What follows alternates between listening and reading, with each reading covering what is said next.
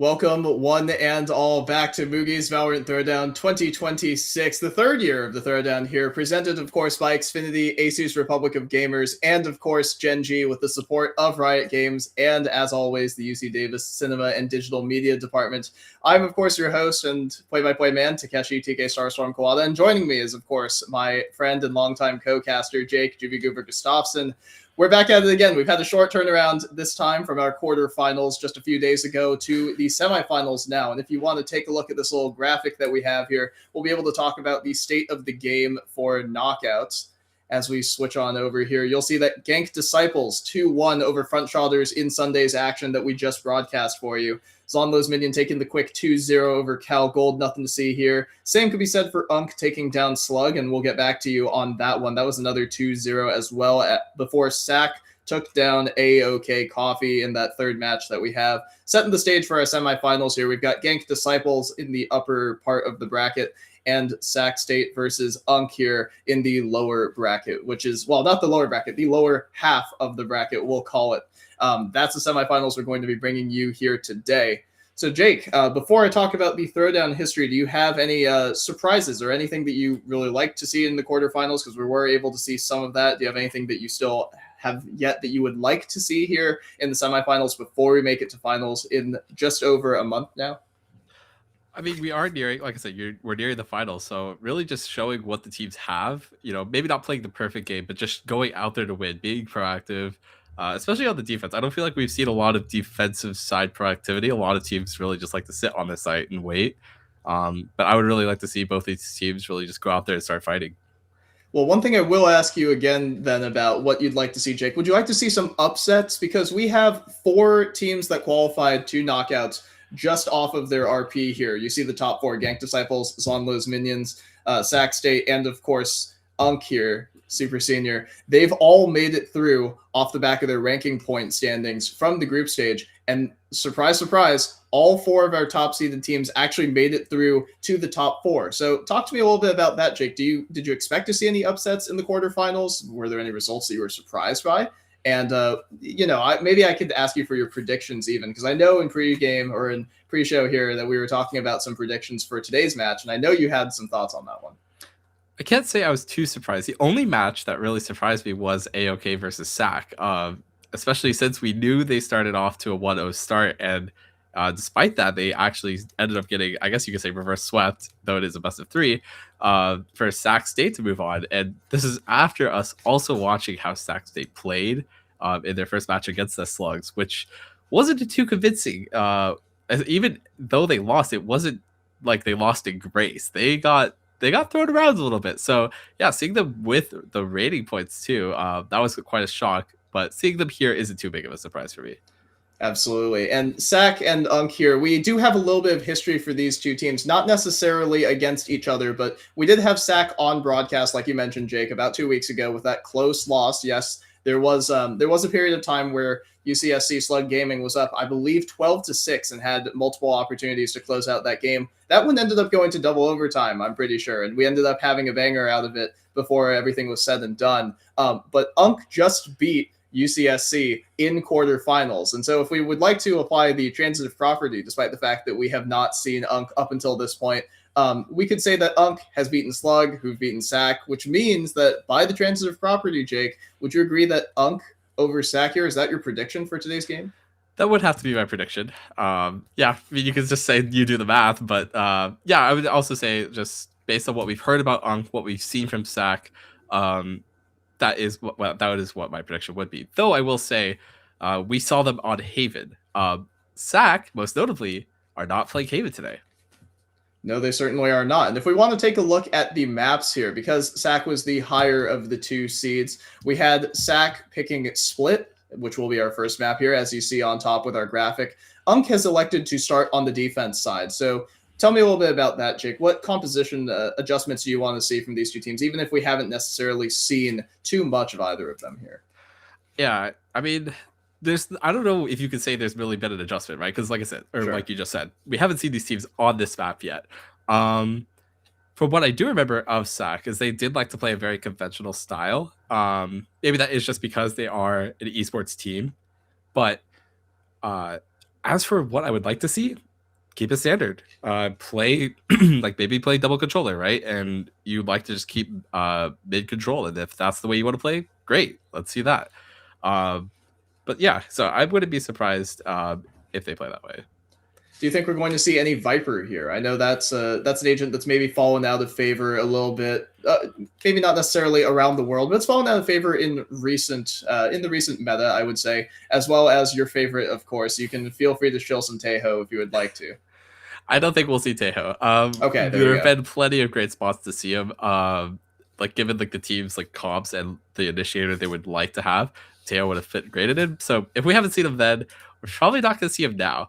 Viper, though, I do think Viper is very strong on this map, particularly just using the orb to kind of slow down mid, right? You have the mollies also just fend off the mid aggression, let your team kind of flood into mid and help your mid players out. I think it's really strong, and I would like to see Viper on this map. Though, again, like you said, I also just wouldn't surprise me if we don't see her, right? I know a lot of teams like to use Omen on this map, and that's perfectly fine. All right, well, that seems like that's all the thoughts that we've got here to start, but we will be moving straight into Agent Select for map number 1 of Split here. This is, of course, the semifinals between SuperSenior and SAC State. The winner of this match is moving on to LAN Finals in April. It's going to be fantastic, and as we take a look here, Jake, the next 70 seconds are yours. Tell me what you like about these hovers. Yeah, already hovering double controller, and most notably, there isn't going to be a Sentinel. This is, like we talked about last week during the quarterfinals, Sentinels are not in a great spot right now. And, you know, if your team is comfortable kind of just holding flanks, kind of being aware of the timers you can get flanked, double controller, double duelist, or double initiator, and any kind of permutation of that will obviously be a lot stronger, especially on the attack setting half, which is where they are starting. Now for UNC, there is a Tejo, and it is possibly getting my hopes up. Hopefully we will get to see it, but Omen being the kind of, I guess you could say, smoker of choice for both of these teams. Viper being a more secondary controller on this half. And so we are seeing a deadlock cover. That is interesting. I don't see a ton of deadlock on this map. And if that's what they want to go towards, we'll have to be looking towards like kind of the setups they have, especially since they are on this defense side half. What am I saying? And it is good to see for SAC State that they're running back the same core 5 that we saw take on UCSC just a little bit ago. Mystic, Stixie, Randall, South SAC, and Joshu are going to be running it back here today on SAC side versus Evo, Mega Knight, Optimus, Armor, Garci, and Sands are going to be taking it to they're taking their talents over to the attacking side here as we move on to Split. Apologies. I was rattling off the names there. So UNC is actually going to be starting on the defensive side because this was SAC State's map pick. And it's important to get off to a strong start, especially on the map that you've chosen. Yeah, as we loaded here, I again really want to call attention to how SAC wants to really address this attack side of half. I imagine it'll be very default heavy with a large emphasis on probably controlling mid. And they're probably going to want to have maybe one of the duelists, probably the Yoru, work towards the outer extremities, maybe TPing back, or if he finds something, calling this team over and him just trying to get as deep as he can. And so the other thing I want to also see is really this deadlock.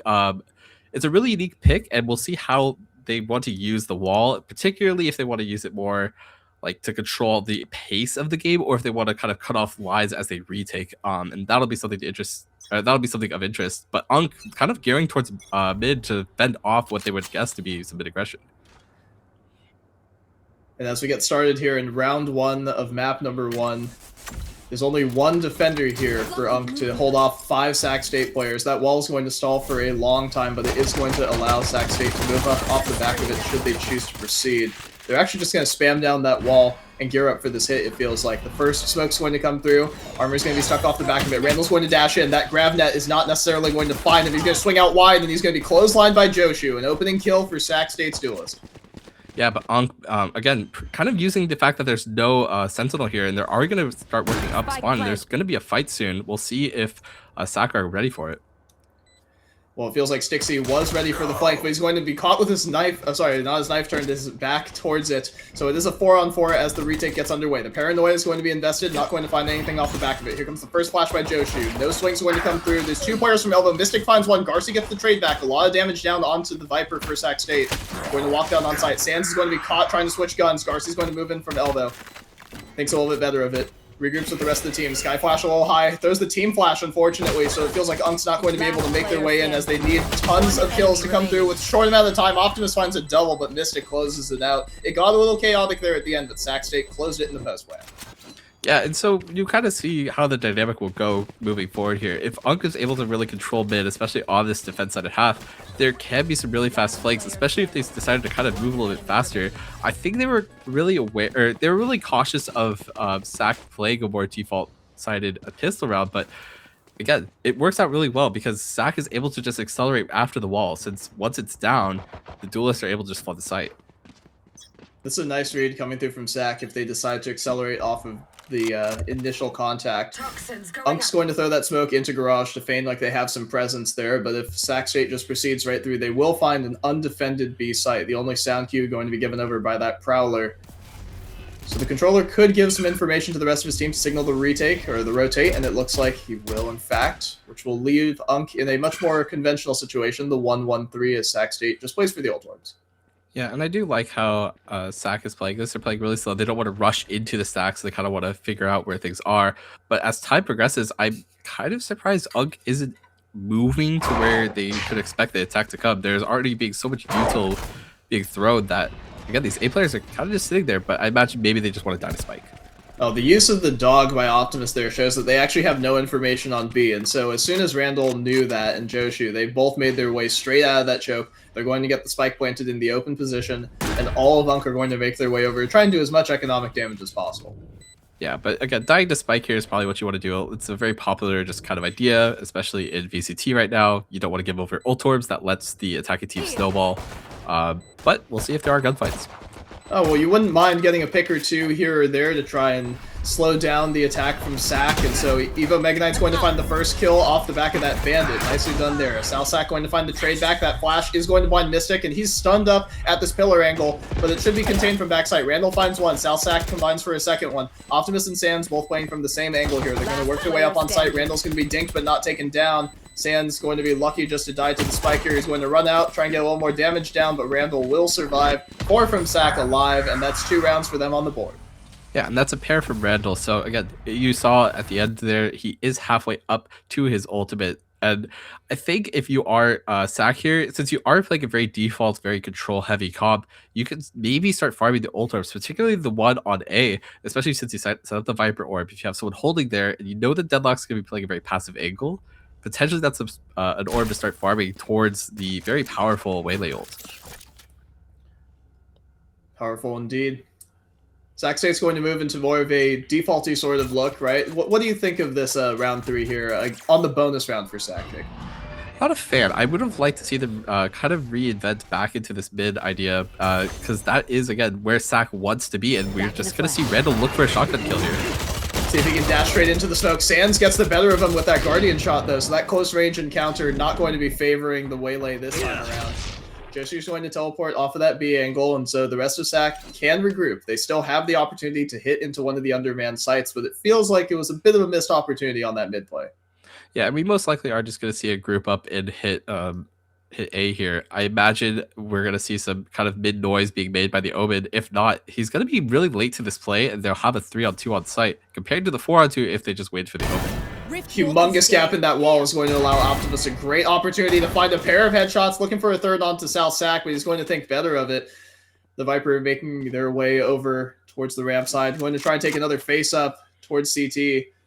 But that screens angle can be really devastating, especially when you have a gap in that wall like that. That could be a huge, huge blunder by the controller, and they'll have to adjust for that in the future round. Yeah, and this dog will find South. He will look for kills here, see if he picks one off. Evo Mega Knight going forward, just throwing that stun. Not going to find anything more off the back of it. Sands and Armor going to clean up off the back of it. So a messy round there by the Viper for SAC State, but it gets UNC on the board, and importantly, 5 alive there on that Forza.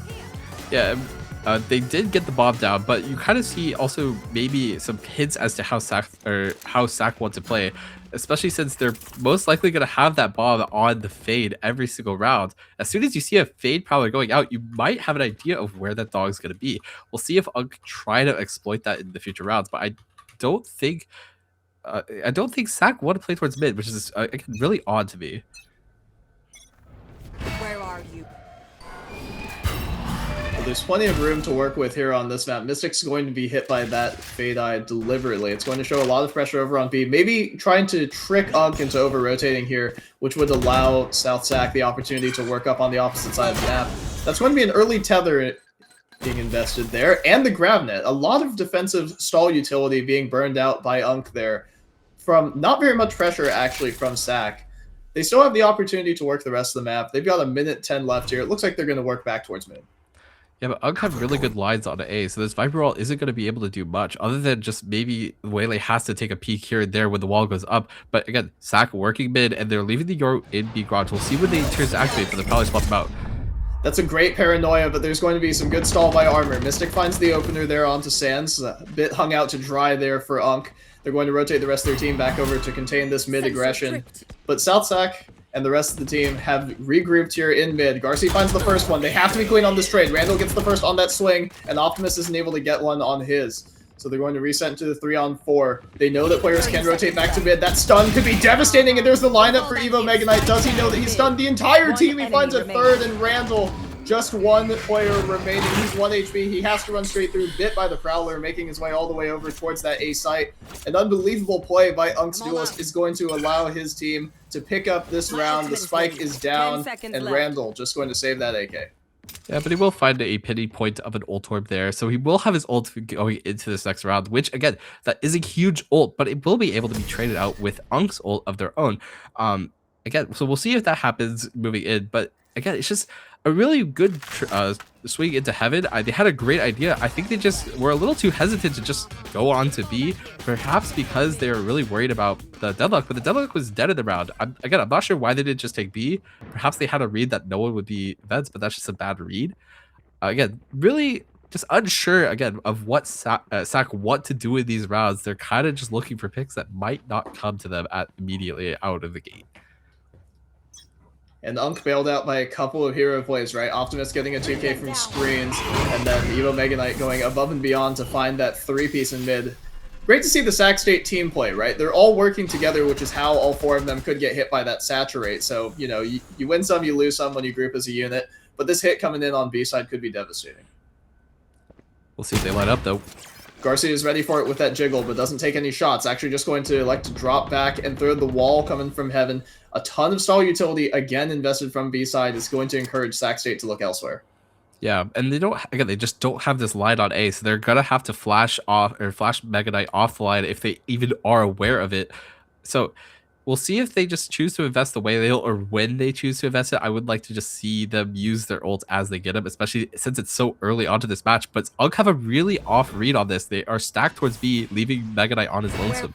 It's because they know that they have no more defensive utility. Evo Mega Knight's going to be able to make his way back out into heaven, but Randall hot on his heels right now. The rest of Sac State flooding in behind him. It's going to be a 5-on-5 retake here unless Sands can find some crazy timing here on ramp, but there are no players left here. Evo Mega Knight's going to be dogged up from CT. Stixie's going to get the safe plant. Mega Knight finds the first off the back of the Outlaw. He has a good idea of where the second one can be. There's 2 players holding close in CT, but everyone from SAC flooding back out towards side. Joshu's going to be the point of contact here. Stixie's going to have to pull that pin, and the Waylay ultimate's coming through. Optimus finds the first one. Darcy's good for the second. Mystic, great headshot there with the deagle, but Optimus good for the first one, and he finds the last player. Joshu unable to find anything more there. That's 3 rounds for UNC in a row. Excellent usage of that Waylay ultimate. Yeah, so critically, the first person to die on SAC's side is the Waylay, so they're not able to trade Waylay ults in the way I was kind of talking about earlier.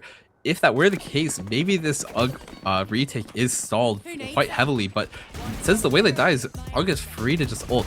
Again, maybe not the greatest use since it is kind of an awkward buy for SAC, but securing a round is securing a round, and now they have the Sky ult to play off of. Sac State has a number of ultimates to play off of, right? They also have their convergent paths. They also have their Nightfall. They have the Dimensional Drift. They have all of the information you could ever ask for in lieu of having the more traditional info of something like a Sova. Good break on that eye this time around, but we've got 5 players working down for SAC. It looks like a delayed 5-up from the rest of SAC State. Dimensional Drift's going to be invested early. Go ahead, Jake. There's so much info gained from A. There's a Sky Flash that went out there, so I think UNC are pretty prepared.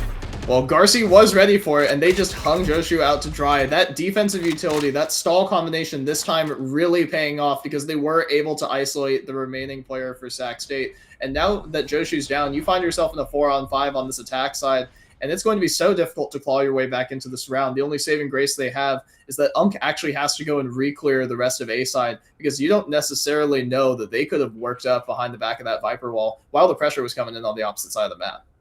Yeah, but we might find Evo that guy here.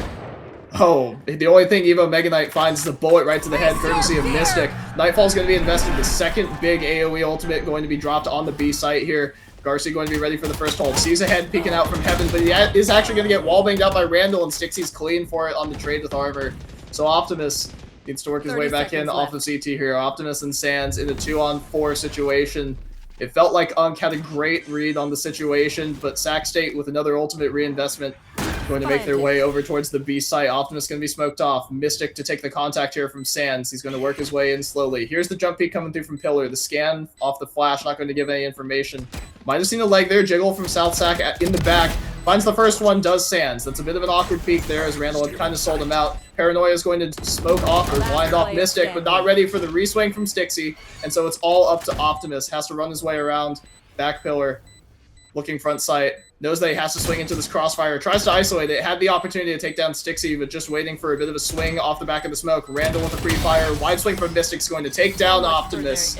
So the initiator clutching up there. Mystic hitting a pair of huge headshots to give SAC a 3-3 scoreline. Yeah, but you kind of see where, as this defensive half, the kind of struggles come in, especially as UNC here. As soon as that first hit happens, you get the opening kill. You have to then reinvest utility on the other side of the map, just like you said, making sure that there isn't a flank coming through. But in that time, SAC is able to just regroup and, again, try to find a 1. As soon as they find that 1, they're able to just keep going. And since UNC is spreading out, even at a man advantage, it's not a man advantage on the site you're immediately taking. Maybe in these future rounds, UNC need to think about, okay, am I giving up a 1 here? Can I be traded out? That's what's going to come down to. And importantly, UNC should also be thinking about how many of these rounds can we give up. Randall didn't actually dash into the smoke. He just dashed into Cubby. That blind's going to be excellent, but he only kills the clone. Armor finds the first and the second. Optimus is holding for it through the Paranoia, and Armor 3-piece as well. Full house there on A site. Yeah, and that's just a great hold from UNC. There's not really much to be said. I thought the SAC take was actually fine. They got their duelist on the site. Just the trades didn't happen, and Optimus was able to find a great 3-piece here. Excellent work. Armor had some great cover fire from heaven, and that's what happens when your duelist doesn't get into that smoke that you're throwing early, right? You're trying to buy your duelist enough space to work with, but when you're just allowing the defense all of the room in the world to work with, and you push into a close corner, even though the player is paranoid, they can still see that close corner, right? So you definitely need to be a little bit more diligent if you're SAC State about clearing out these close angles. And this is a really awkward buy coming from SAC. The Skyflash will spot all these players, but Joshu able to take it to heaven here. They will find it empty. We'll see how far he chooses to explore here, especially since this deadlock trap isn't going to spot him if he chooses to walk through. Well, he is going to make noise of that deadlock utility, and Armor going to drop back down, unfortunately going to sell a little bit of information there in Vent. They've actually made noise that 2 players are here, and this grab nut's going to secure them enough room to move up. Joshu, unfortunately, not hit by it, but the Annihilation's going to come through. That's pretty aggressive there from UNC, but it is going to be rewarded. South SAC not going to be able to break that one, so that's just going to be another free pick here for UNC on the CT-sided map. Yeah, but SAC seem like they want to end B here. The Omen and the way they are already here, they're going to try to run down Mega Knight, but they're not going to find anything. So again, this push is already stalled, though. Saturate's gone. And we'll see if the on-cast effect here can squash some players as they come out of B main. Randall's going to dash out straight towards backside, and Mega Knight's going to serve it right to him. Sand's going to hold again here. And it feels like the stall has come through from UNC. SAC State's hit just a little bit too slow again. Mystic and South SAC just going to stall outside of B main, just going to try and save these weapons here. Unless UNC give them something, it is 5-3 now the scoreline. And again, this Viper roll isn't going to find use. Perhaps they try to use it this next round, but Mega Knight working up. He checks his right first, but even Mega Knight good enough to turn around there. SouthSac not having the weapon to make a difference. So Mystic going to go hunting a little bit with this Deagle, see if he can find some damage. Garci swings out, happy to oblige, but the fade goes down for SAC, and it's 5-3 up. So, again, I want to call attention to where the duelists were for SAC. You had the Waylay working towards B and the Yoru working towards A. Again, when I called out in the pregame, I said that they're gonna want to have Yoru working towards the other extremity, the site that they're not really hitting towards most of these rounds. Especially since, again, if the Yoru finds something, he'll call the team. If he doesn't find something, he'll TP to the team. When Waylay's going towards B and they don't find anything, that comp no longer has that much like firepower to really get to site, and that's exactly what happens. UNC is able to just swing them as there's not really much util left. This is a different look here from UNC, and that flash might actually give them a little bit of misleading information, right? That clone is going to trip the deadlock utility, but Armor are going to think a little better of it before swinging. This is a very vulnerable B site. If SAC can actually make it past this mid hold here, there's instant crunch onto that fade. And perhaps it's a little bit of the mind games where UNC know that the flash missed everything, so they're now doubly aware, like, hey, since the flash hit nothing, SAC might want to group towards here. So Joshi working mid, they're going to try to draw as many rotates as they can here, but there's already 2 players, so they're not going to really bite on this. Again, no information B, so they know something has to be up A. Usually teams want to invest a little bit of utility into B main, especially getting past the first line. So no utility being used means that it's probably an A hit. Gotta say, I'm a little bit surprised that Randall wasn't hunting for it on the first one. Evo Mega Knight's going to jump straight out to dodge that saturate, and so the dashes are going to go either way for each of the Waylays. It's going to be a 5-man hit here from SAC. Nice flash coming out from Elbow. Sans is going to find the first. He doesn't find the flash kill onto Mystic, though, and 60's going to be good for it to take down the Optimus. Mega Knight finds a trade back. SAC State a little worse for wear as Randall took some damage on that initial contact. Here comes the grab net. Oh, excellent call out there, Jake. Garci's going to find the kill right through the smoke. Call back on that one. Mega Knight's going to swing through, and it's all up to SouthSac now. Him versus Garci. The dance that needs to be done here on site, but SAC needs to find Spike their still way has to back. go down. Yeah, they need to plant the spike here for sure. Garci's going to make their way in. Going to find SouthSac putting the spike down. Sees back turned here, but this vision cutting ultimate. Garci walking straight behind, finds the back turn by SouthSac. The patience from UNC's initiator coming through in a big way puts them up 6-3 here. A strong start on this defensive half. Yeah, really well played from Garci. He knows as soon as he hears the spike being tapped that most likely they have to go for it, as if they come off the spike, then South isn't going to have enough time to fully get it down. And so he just hunts him. He's able to see the spike, and now he's able to follow him into Elbow to close out that round. So again, what I want to see from SAC is really throwing some util, showing some B main, maybe posting a player there. This comp works really well when you play it slow, but you have players there to punish the UNC team that needs to now reinvest utility there, right? They need to refight these angles to know that the push isn't coming from these early angles. So again, we'll see if they do that, but Armor already on the mid line. Sound sensor up. And the difference here between the Deadlock and a more traditional Sentinel, like maybe a Cypher or a Chamber, right? This utility doesn't actually cover the entirety of mid. You could actually walk up on this close angle, and Deadlock actually going to think a little bit better of it this time. Armor is going to be jumped on by Randall, and the spray goes super wide, and he gets sprayed down by the smoke. The Tracers betray him. And so we have a 5-on-4 here. SAC having all the mid control in the world. Evo Mega Knight in position. Joshi priming that flash to pop out of the smoke, but they've actually allowed, SAC State has allowed UNC the opportunity to move all of their players over towards the B site. The Prowler's going to make sure that they only need to focus their defensive attention up onto Heaven. They have a player up on ropes. Garci just looking to stall a little bit longer with that Prowler. Maybe, just maybe, trying to dissuade them from pushing here. That Saturate might have done enough if they can actually swing out. Mega Knight good for the first, the second. Can he get the third? No, Joshi tucked in that close corner, but Garci good for the follow-up, and that pre-fire there should signal we have all of the information mid. We have the spike mid. SouthSac going to make their way out, but getting Great caught by the style. Seekers here. Yes. Excellent work. Patience. They break both of those. They break both the Sky Seekers. That flash not going to find anything. Stixie might have made their way underneath the crosshair here, but going to teleport up onto rafters. Sac, But just out of range. Go ahead, Jake. this UNC is able to play. This UNC team is able to play deep line as their spike is still in nail.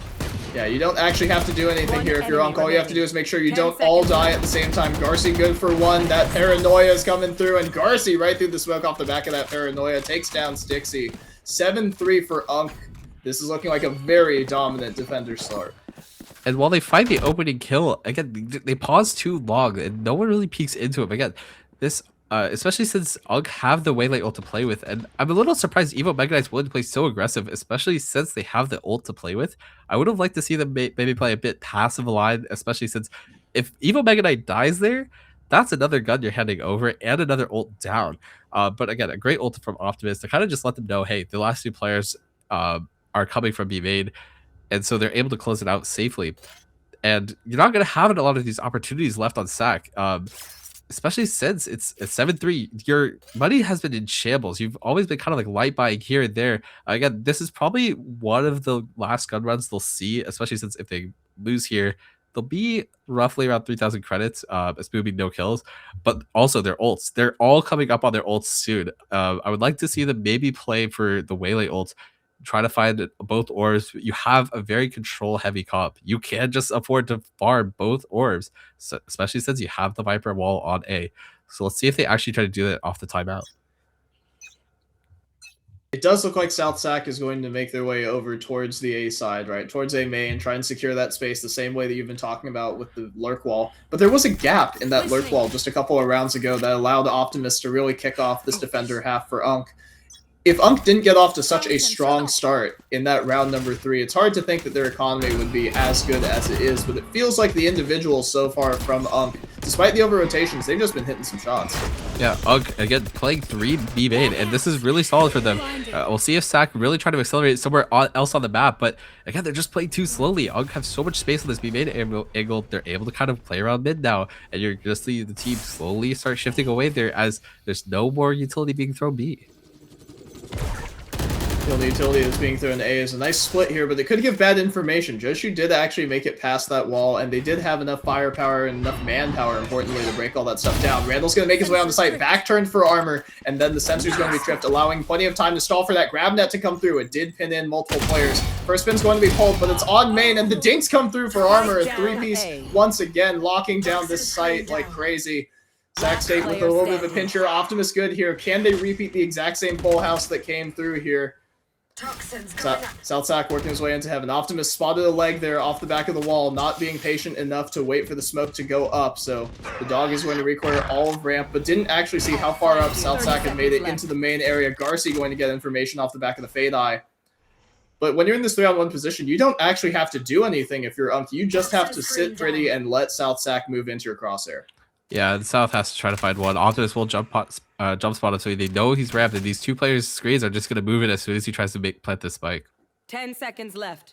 Patience is a virtue, and it's coming through in spades for UNC. They're flooding in on site now, knowing all too well that SAC has to get the plant down, but he doesn't have enough time, and so he fakes it to get another kill down, but there's not enough time left on the clock, and UNC going to bleed it out and make it 8-3 after timeout play, 0 for 1.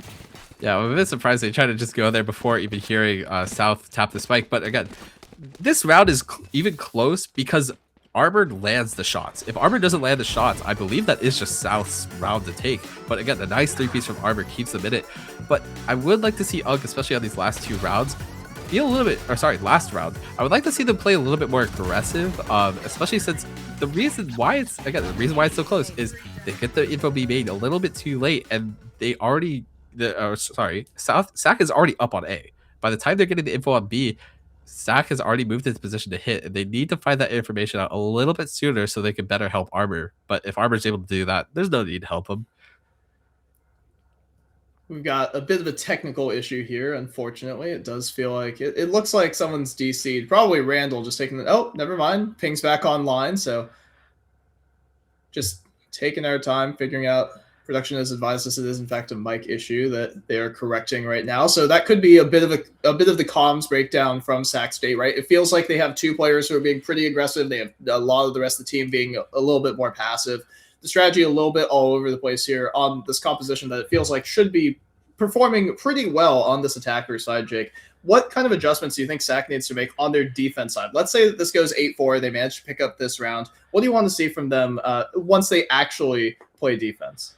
When they actually play defense, again, it's actually kind of the same comp. You want to do the same things, but they haven't been doing though. Again, play for mid. Try to get some space on the map that your controllers can now just hold, right? You don't have sentinels. You have controllers. Controllers need bodies in the places where they throw their smokes, or else that smoke can just be walked through, and now UNC have that space instead. So play a little bit more aggressive. Don't be afraid to trade out bodies, and you guys have more utility as a whole, especially when you trade down. 3-on-3s, usually you'll have more utility to play with, and that's where you want to be. If they don't do that, again, UNC are just gonna walk all over them, especially even on this attack half. But we got one more round to play with. 2 ults a pair, and we'll see if UNC try to play for another ult. I don't think so, since Armor is the one that's closest to ult, and he's already playing in screens.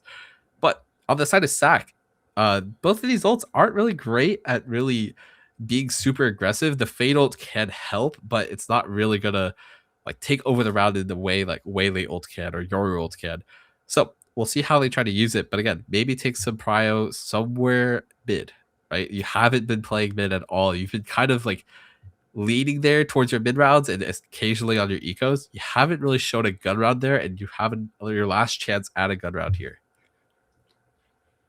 And maybe also show some, show some team play around the lurk that should be coming through from South SAC, right? This Viper should be working up on the extremities, working up and around the orbs, the smoke walls so you can throw up every round, the default settings.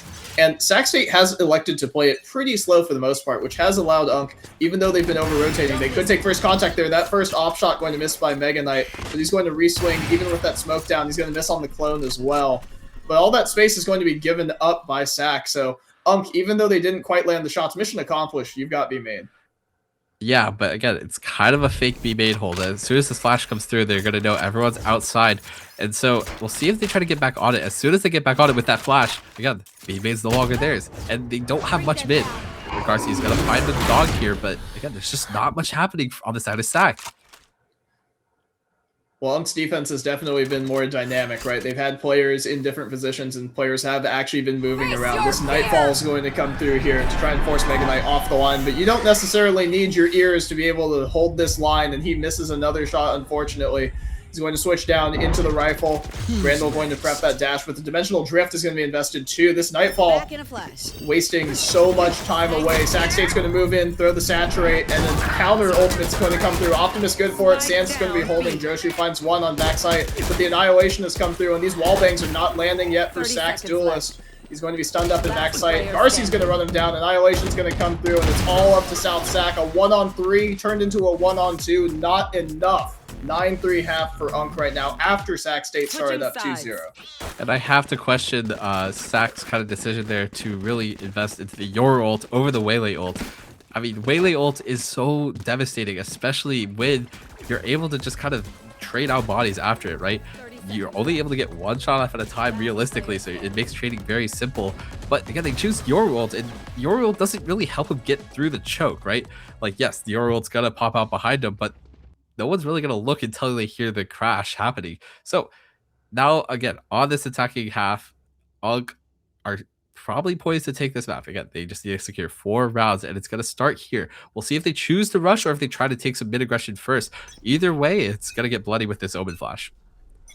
This Paranoia is in excellent position to make something happen here for SAC this time. They find the opening kill onto Mega Knight, overextending a little bit, and Joshu going to find another kill. So they're starting this defense side on a much better note than they did on the offense side. Yes, if you find both pistols, that does actually put you in the driver's seat so far, but you have to feel like for SAC, if they want to way back into this round, not only do they have to win the pistol, and win the anti-eco afterwards, you probably have to get the bonus. Mystic's going to be droned off this line, but there's the line up instead. Garcia and Optimus both going down to that ghost. Sand's going to get the headshot there, but the Saturate's going to do too much, and Mystic has another headshot there. So the 3-piece right there for the Initiator. Sac State picking up both pistols as they look to try and close the gap. And that's just a hard read from Sac, right? And I think that also has to deal with the fact that UNC don't have the utility to deal with the mid, and SAC kind of understand that, and so they're not playing towards mid on this round. So as the kind of rounds progress, hopefully we do see SAC move towards mid, kind of play 1-3-1s. But UNC just being res there, we'll see how they treat their eco here, and I imagine it'll just be kind of the same idea where you have your Waylay kind of TP saturate with a. I would hope to see a shorty in hand, but we'll see how it goes. This is a very different approach here, right? South Sac's defense mid as opposed to the walk-up, and Joshu's going to find the first kill onto Sand, so that's the smoke's down right now. The controller out of the round for UNC. They're going to just cuddle up mid here, or just huddle up mid, the same way that Sac State had done just a few rounds prior. Let's see if the round can go in a different direction this time around, though. Yeah, nothing really needs to happen, but we'll see if Mega Knight just decides to peek this. Oh, he's been good for the first, and he's good for it again onto Randall. That headshot going to be blistering right now, and the B-site hit could it be invested into. They've actually slowed it down a little bit, making me a little bit uncomfortable with the tempo so far. Let's see if they can unbalance Sac State the same way. They're going to show that pressure on Heaven and work their way back towards the undermanned A-site. They've drawn the rotation from Joshu. It's only one player here. It's Mystic getting ready to hold this ramps play, or sorry, this vent play. This is a great call from UG. They pull so many so many rotates to B as that's the weak spot, but now they're just gonna 4-man trade out. Good shot from Joshu on that initial peak, but Optimus going to serve another bullet right back. That Guardian recovered, and Armor getting one up close and personal. This could get really messy as you swing into this close corner. Stixie good for one, but there is a player up into CT screens. Garcia going to recover a Spectre. Things could get really ugly here. Armor's going to get the spike down. We're into a 2-on-2 situation here. Smoke's going to come through on screen. South Sac has to make his move soon. And they're paranoid about a flank as, again, this fade is kind of unmarked yet, or it hasn't been marked yet, but they're just going to place in close range with the Spectre. We'll see how fast they go, but time is going to be their enemy here. There was information that there was a player CT screen. Stixie's good for the first and the second one. Armor unable to control the rest of that play. And so despite the eco, despite the good call from UNC, SAC going to hold strong, recover a couple of weapons here, and they're going to move up to their 5th round on split. That's a huge round, especially clutching for Stixie there. In my opinion, that is a clutch, even though the scoreboard won't say that. If he doesn't find those two, that is potentially a one-on-one, and especially with time, again, being their enemy there, that can get very close, but again, keeps the aim under control, able to find the two. Moving forward, again, hopefully we get to see a kind of defaults, play it a little slower, especially since, again, you kind of want to draw out as much util from the SAC side as you can. If you're trading util evenly, that's going the way of SAC. UG needs to be a little bit less just fast, but they might find a great idea here as if they rush A, they'll find it open. Well, they are going to throw this Trailblazer, and it's not going to find anything on either of these close angles, which is going to give them so much information. Mega Knight's got a ton of room to work with, and this time the Waylay Dash does go into the dark cover that's been placed up in Heaven. This plant's going to be super open from Armor. It's going to allow SuperSenior to work the entirety of A-site in this post plant, and Sac State going to be contained to just Heaven and ramp side. Yeah, and they also have to deal with this wall, so they know most of the fight has to come from ramp and Heaven. A great flash here, though. Excellent paranoia. Sand's good for the first one. Even despite the saturate, he's good for it. Randall getting the shot with that shotgun, but Armor going to trade it right back. Mystic going to take down his opposite number, Garcia, but Armor's playing this close angle. Nice stun's going to come through, but it's going to bait him into swinging while he was vulned by that Viper's Bite.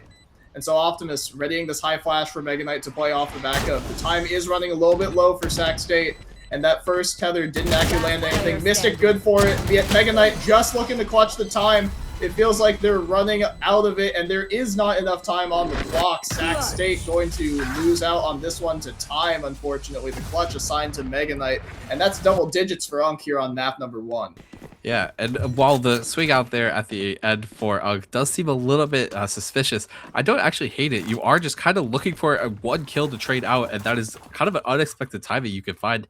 If you win 1, you go down as a hero. If you die, yeah, it looks a little bit silly, but the intentions, well, again, seeming a little weird. It's fine for me, but again, UG secure that most very impressive round. SAC, I don't really understand why some of them had pistols. I think you would want to buy up around that round a little bit, at least try to get a win streak going. Especially if you stop UG there, that is a huge point to kind of break them. But now UG have the rifles. Both teams should be able to buy here. And that flash is going to give them some weird info, right? You know that there could be a player close, there could be a player elbow, but you don't necessarily know. And UNC have elected not actually to speed up. They're going to be a little bit more diligent in their clearing. So that GravNet's going to find somebody in elbow, but Sac State have 3 players here ready to defend. And they are going to kind of play slow. Evil Mega Knight's going to go quick, though. See if they can get through the checkpoint. And yep, the deadlock will find 1. But Mystic also found one as well, and Mystic's going to invest that Nightfall. SouthSac going to find another one. So even though you've lost your Waylay, you have a couple of kills here, and they have not lost their way until Garci takes down SouthSac, and all of a sudden the damage that you did here actually matters. Armor's going to be wide swung and taken down. That's the spike in plain view of Joshu. Patience now from Sac State in this 3-on-2. All they have to do is wait on time. You know that there's a player pinned in on Covey, and you have Stixie walking all the way around, but this pre-fire should suggest you have a player on the ramp. The contain is good, but can UNC claw their way out of the situation? 30 Mystic's seconds low, left. so if Mega Knight finds one here, the round flips very much in UNC's favor, in my opinion, though time, again time the player enemy of both these standing. teams. Joshi will just fight Garci. And Mega Knight's going to have to swing into the angle, and Joshu good for it with another headshot there. That was a very, very awkward round for both teams. The pause coming through there was necessary, but unfortunate there for UNC. And Sac State doing well to clean that one up. Yeah, it's just, it feels a little bit weird. I think both teams seem almost allergic to the idea of kind of throwing some pressure somewhere else on the map. Both teams kind of opting into just, all right, we're starting A. If we find nothing, perhaps they're not here. And while, again, that's an okay way to play, you can't do that every round. So hopefully we see a default coming out here from the side of UNC. It is looking that way. We're probably going to see an Omen smoke here on the A side, and the team kind of working towards mid. We'll see if South is able to find his one, though. He struggled with it a little bit on their attack half, but they've been holding up much better as a whole, Sac State, on this CT side so far. And he's going to lead off there with the kill onto Garci and some damage down onto Mega Knight as well. So excellent defensive position they put themselves in. Even though this is an anti-eco, you especially cannot let these slip away. Yeah, but these A players are decently pushed up, especially a lot further than I thought they would be on an eco. They did have the Omen smoke to help them, so now they're probably just going to wait for Omen smokes to help the rest of the team. So again, Sands have to shoot out this Prowler. Nothing will probably happen as the team will just group up, but South again finds one more. But Mega Knight has been so clean with this Bandit so far. So much damage has come through from the 600 credit pistol here.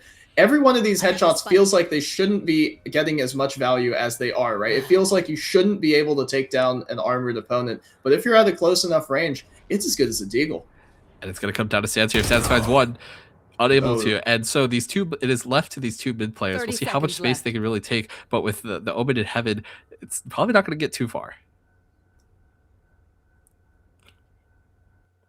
Dead silence as we're looking here to just take this contact. Stixie is going to do well to jiggle it out and relay the information over to Joshu. The smoke is going to be the cutoff here, but Joshu's going to miss the first op shot, and this could get really ugly. He has to swing around and take out Mega Knight. Stixie will oblige off the back of their own paranoia.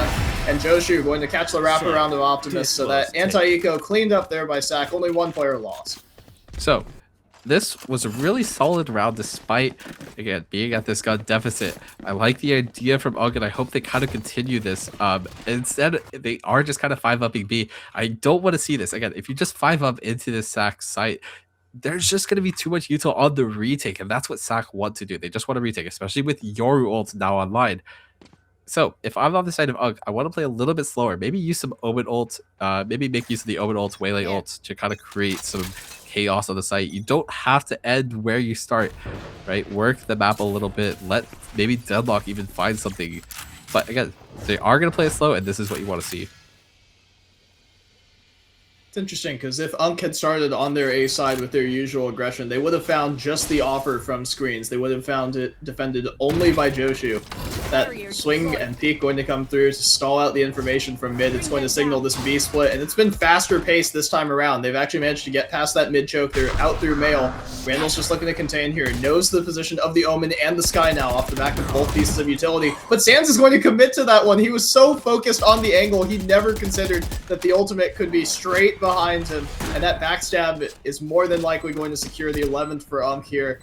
There's no way they should be able to retake through this Waylay ultimate. Okay, Joshu's going to go for it anyway, though, and Garci's going to oblige. Armor's good for one. Optimus finds another headshot, and now it's just up to Mystic. The double op setup here for SAC going to be punished, unfortunately. Has to just try and run out here, save as many credits as he can. This first swing not going to be punished, has to run away, but getting run down by Sands. That's another 3K for an UNC player, and that's 11-7. They're 2 rounds away from taking this map 1. Yeah, Sands finds 2 there, and I'm pretty sure what happened was Stixie actually saw Sands. So I'm pretty sure Stixie, the comms were something along the lines of, I've got him in my sights. When he lands, he's dead on sight. Stixie probably just whiffed, and that led to, again, Sans finding 2 on that opener. That is absolutely massive for the side of UNC there. And moving into these rounds, again, they have 2 more ults to play with, and SAC still on their Yoru ult, and I want them to use it. Again, you need to string together rounds. You cannot just wait for the golden opportunity to use your ultimate. That's maybe not going to happen. Your ult doesn't need to be perfect. You need to find value somehow, though.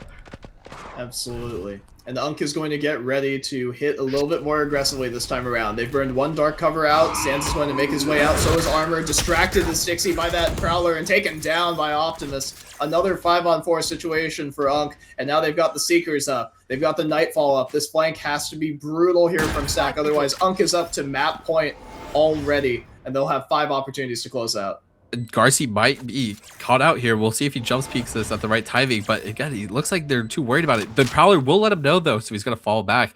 We'll see if he invests the ult into his own spawn here. This dimensional drift is going to be wasted largely. There is information on all 4 players of UNC's location. The saturate's going to be good, but the cover fire should be even better right now. Sans actually going to be a little labored on that spray. Optimus and Randall going to trade back a kill apiece. The ults are going to be traded every which way by each of the neons. Oh, sorry, by each of the waylays though, and it's going to stall out the utility from everyone on the map. It's going to stall out enough time. SAC State playing it too slow for comfort here, and that's going to give UNC 5 chances to take map number 1. And when you're on the side of SAC there, you cannot really afford to Prowler into spawn. Yes, there might be a play there, but that is a risk you need to take, especially since Spike is down. You see they have to clear out too many angles, and you just don't have the time. Again, it doesn't need to be perfect, but you need to be willing to trade out bodies, especially in that situation. With the trade of Waylay ults, again, this just favors UNC. UNC are in a position where they want to trade down. They don't want to have ultimates. And again, SAC feeling the pressure, call this timeout. And it's hard to argue with the timeout timing, right, Jake? Like, you would definitely, obviously you want to make sure you call your timeouts. They're a resource. You want to make sure you use both of them before the game is over. And this is the only opportunity that SAC will have. But it does feel like if they were going to use the timeout to adjust some strategy or some, some general protocols, they probably should have used it a few rounds ago off the back of the success that they were having, right? They were stifling UNC at the point of attack. They got off to a much better start on this defender half because this is such a defender-sided map, but they were doing a good job of it up until UNC just decided to knock the door down a couple rounds. Yeah, and Joshu had the Yoru ult, and I would have just loved to see SAC call a timeout and say, hey, we're going to use our Yoru ult to clear out A, and we're going to get an ult orb for Randall, who's very close to his ult, right?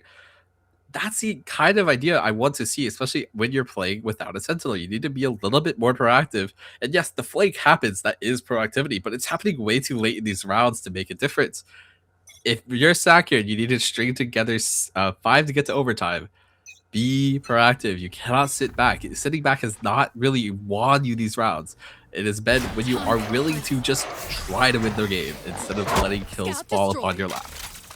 And you're talking about proactivity, Jake. You see UNC moving up off the back of that Trailblazer, and Sans is going to go even farther with the spike. Randall's going to catch him out. It's going to be a huge misstep there by UNC's controller. It's going to allow SAC so much room to work with. They've got the spike in front of their smoke, and they're able to just defend it themselves. Armor might have actually found the timing there onto South SAC. Definitely heard him drop. And this wrap could actually come through at a bad time here while the rest of SAC has their attention focused on A main. Yeah, but I'd imagine someone's available or aware of this possibility. You see South kind of holding the flank there, and I imagine he'll just post up on this line. And this round does look over. Well, he is not going to be ready for it. Armor's just going to swing straight into the open. He fell asleep on the angle, and it's given UNC a chance back into this round. Seekers are going to be invested on A main. That guiding light going to flash off Randall, but he has to re-swing back into this angle to make sure they can't take over the spike.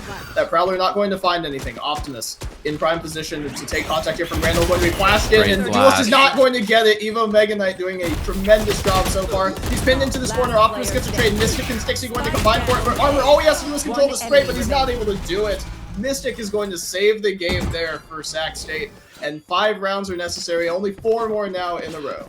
That was a beautiful flash. I'm just surprised the shot doesn't go their way. But again, this round, it's just very close because South just loses that one. As soon as the gap kind of opens up for the possibility of a flank, you see SAC now have to kind of press forward and try to force the fight ahead of them instead of waiting, again, for the fight behind them. But again, SAC did the right thing. They fought double down ramp there, and they were able to find this bomb. Why the bomb is alone, I don't know. But they were able to find one, and that is what ends up winning them the round.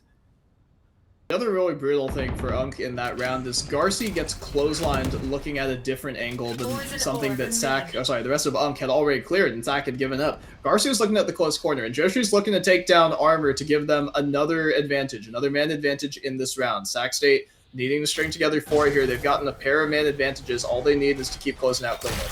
Yeah, but these two A players are playing back of heaven as they know they just killed the lurker on B, so they're going to play a little bit more of a passive line as they know a hit probably will come towards A. But these two mid players, if they find something male, they'll call their players back.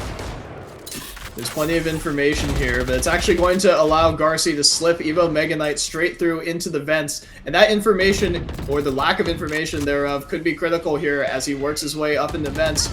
Not going to be prepared for it is Randall. He's going to find the backstab onto 2 of them, but he needs to get the spray down there. Mystic is able to get one more because of the time it took UNC to actually clean up that kill. They're going to rotate their way back in the vents here. SAC is ready for it, and that close range Stinger is going to be good for it. So it's up to a 1-on-3 here. It'd be up to Garci.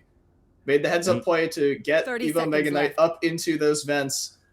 But now Garci needs to fight their way out of this 1-on-3 situation. Going to check screens first. Going to be checking CT diligently. Joshu has the opportunity to be caught with utility out. Going to catch that clone, but might have their back turned. Garci's good for the first one, but that information is going to lead them towards A site with Stixie. Stixie's waiting very patiently, probably going to go hunting off the back of this plant. The spike's going to go all the way down, but the paranoia is going to be even better for it. Finds the headshot off the back of it. We're into the 1-on-1, and Garci is hunting, looking for this kill on the south side. He's good for it, and he finds all 3. SuperSenior, UNC 13-8. They take map number 1 in dominant fashion. And I called it out there a little bit towards the end. South started going towards the other side, and I don't know why. You know that their time is low. The only place they can end is A, but he just starts running towards B for a little bit, and that's what happens, right? You see Sands maybe feels a little bit pressured, but again, maybe wait for your teammate, especially before you flash. But again, when you just give away ones like that, especially in a 2v1 situation, you just leave the room for a clutch like that. Or a 3-on-1 situation is more like it. And it did feel like South SAC could have actually held that heaven line and just been patient, right? You know exactly where Garci was coming from. But in that 1-on-3 situation, when you are allowing the player to isolate, instead of having them isolate against you, those clutches are always going to be, you know, a nail biter. And unfortunately for SAC State fans and for the players themselves, this time it goes against them. Yeah. And again, we are cutting it to a break. But again, moving forward, SAC just need to clean it up. I feel like the comp ideas are there. Their calling is there. Just clean it up the rounds, right? A little bit. And that's what will probably get them over the finish line. Excellent. Well, when we come back in just a few quick minutes, hopefully we'll see SAC quicken the tempo a little bit on Abyss. This is a do-or-die map in the semifinals. The winner is going on to LAN. The loser is going or staying home. We'll be back in just a few minutes. Next on course for the swallow is number 92. Look at Michaela attack that run. No doubt you can do the same, Stella.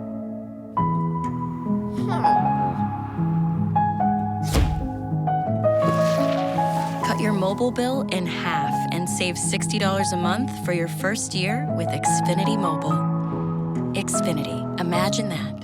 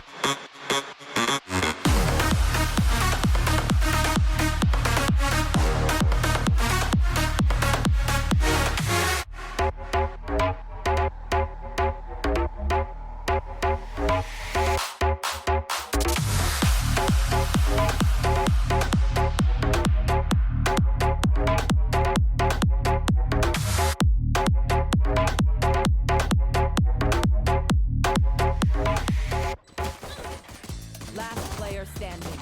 One enemy remaining. Rift Walker's dead. Here.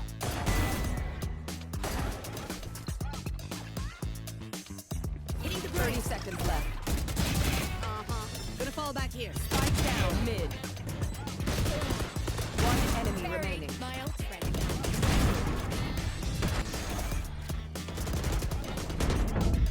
Spike down A. One enemy. Spike planted.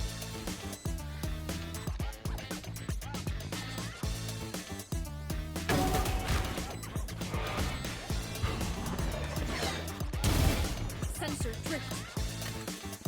No escape.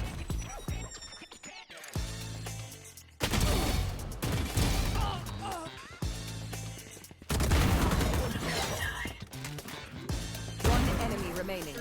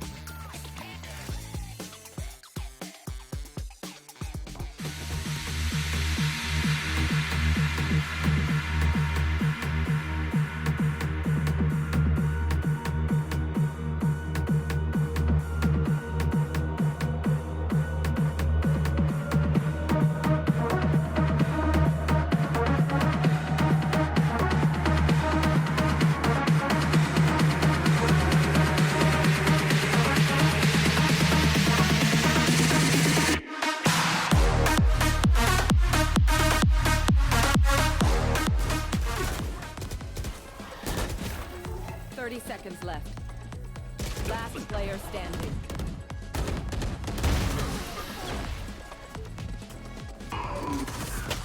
One enemy remaining.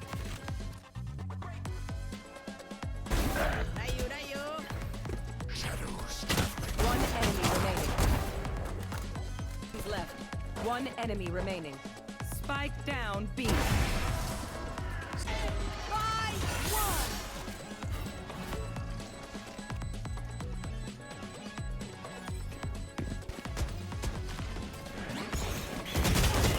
30 seconds left. Last player standing. Spike down A. One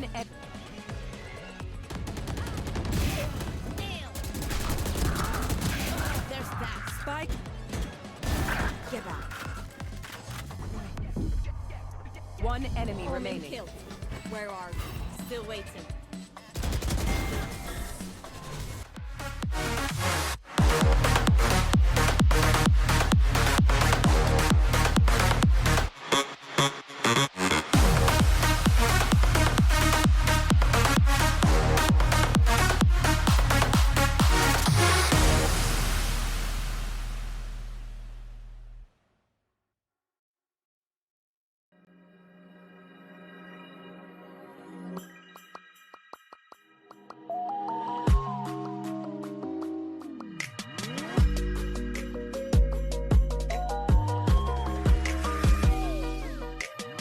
Oh, looky here, I am burning again. Thought it was real, but your love, it was only pretend. Oh, looky here, I am walking away.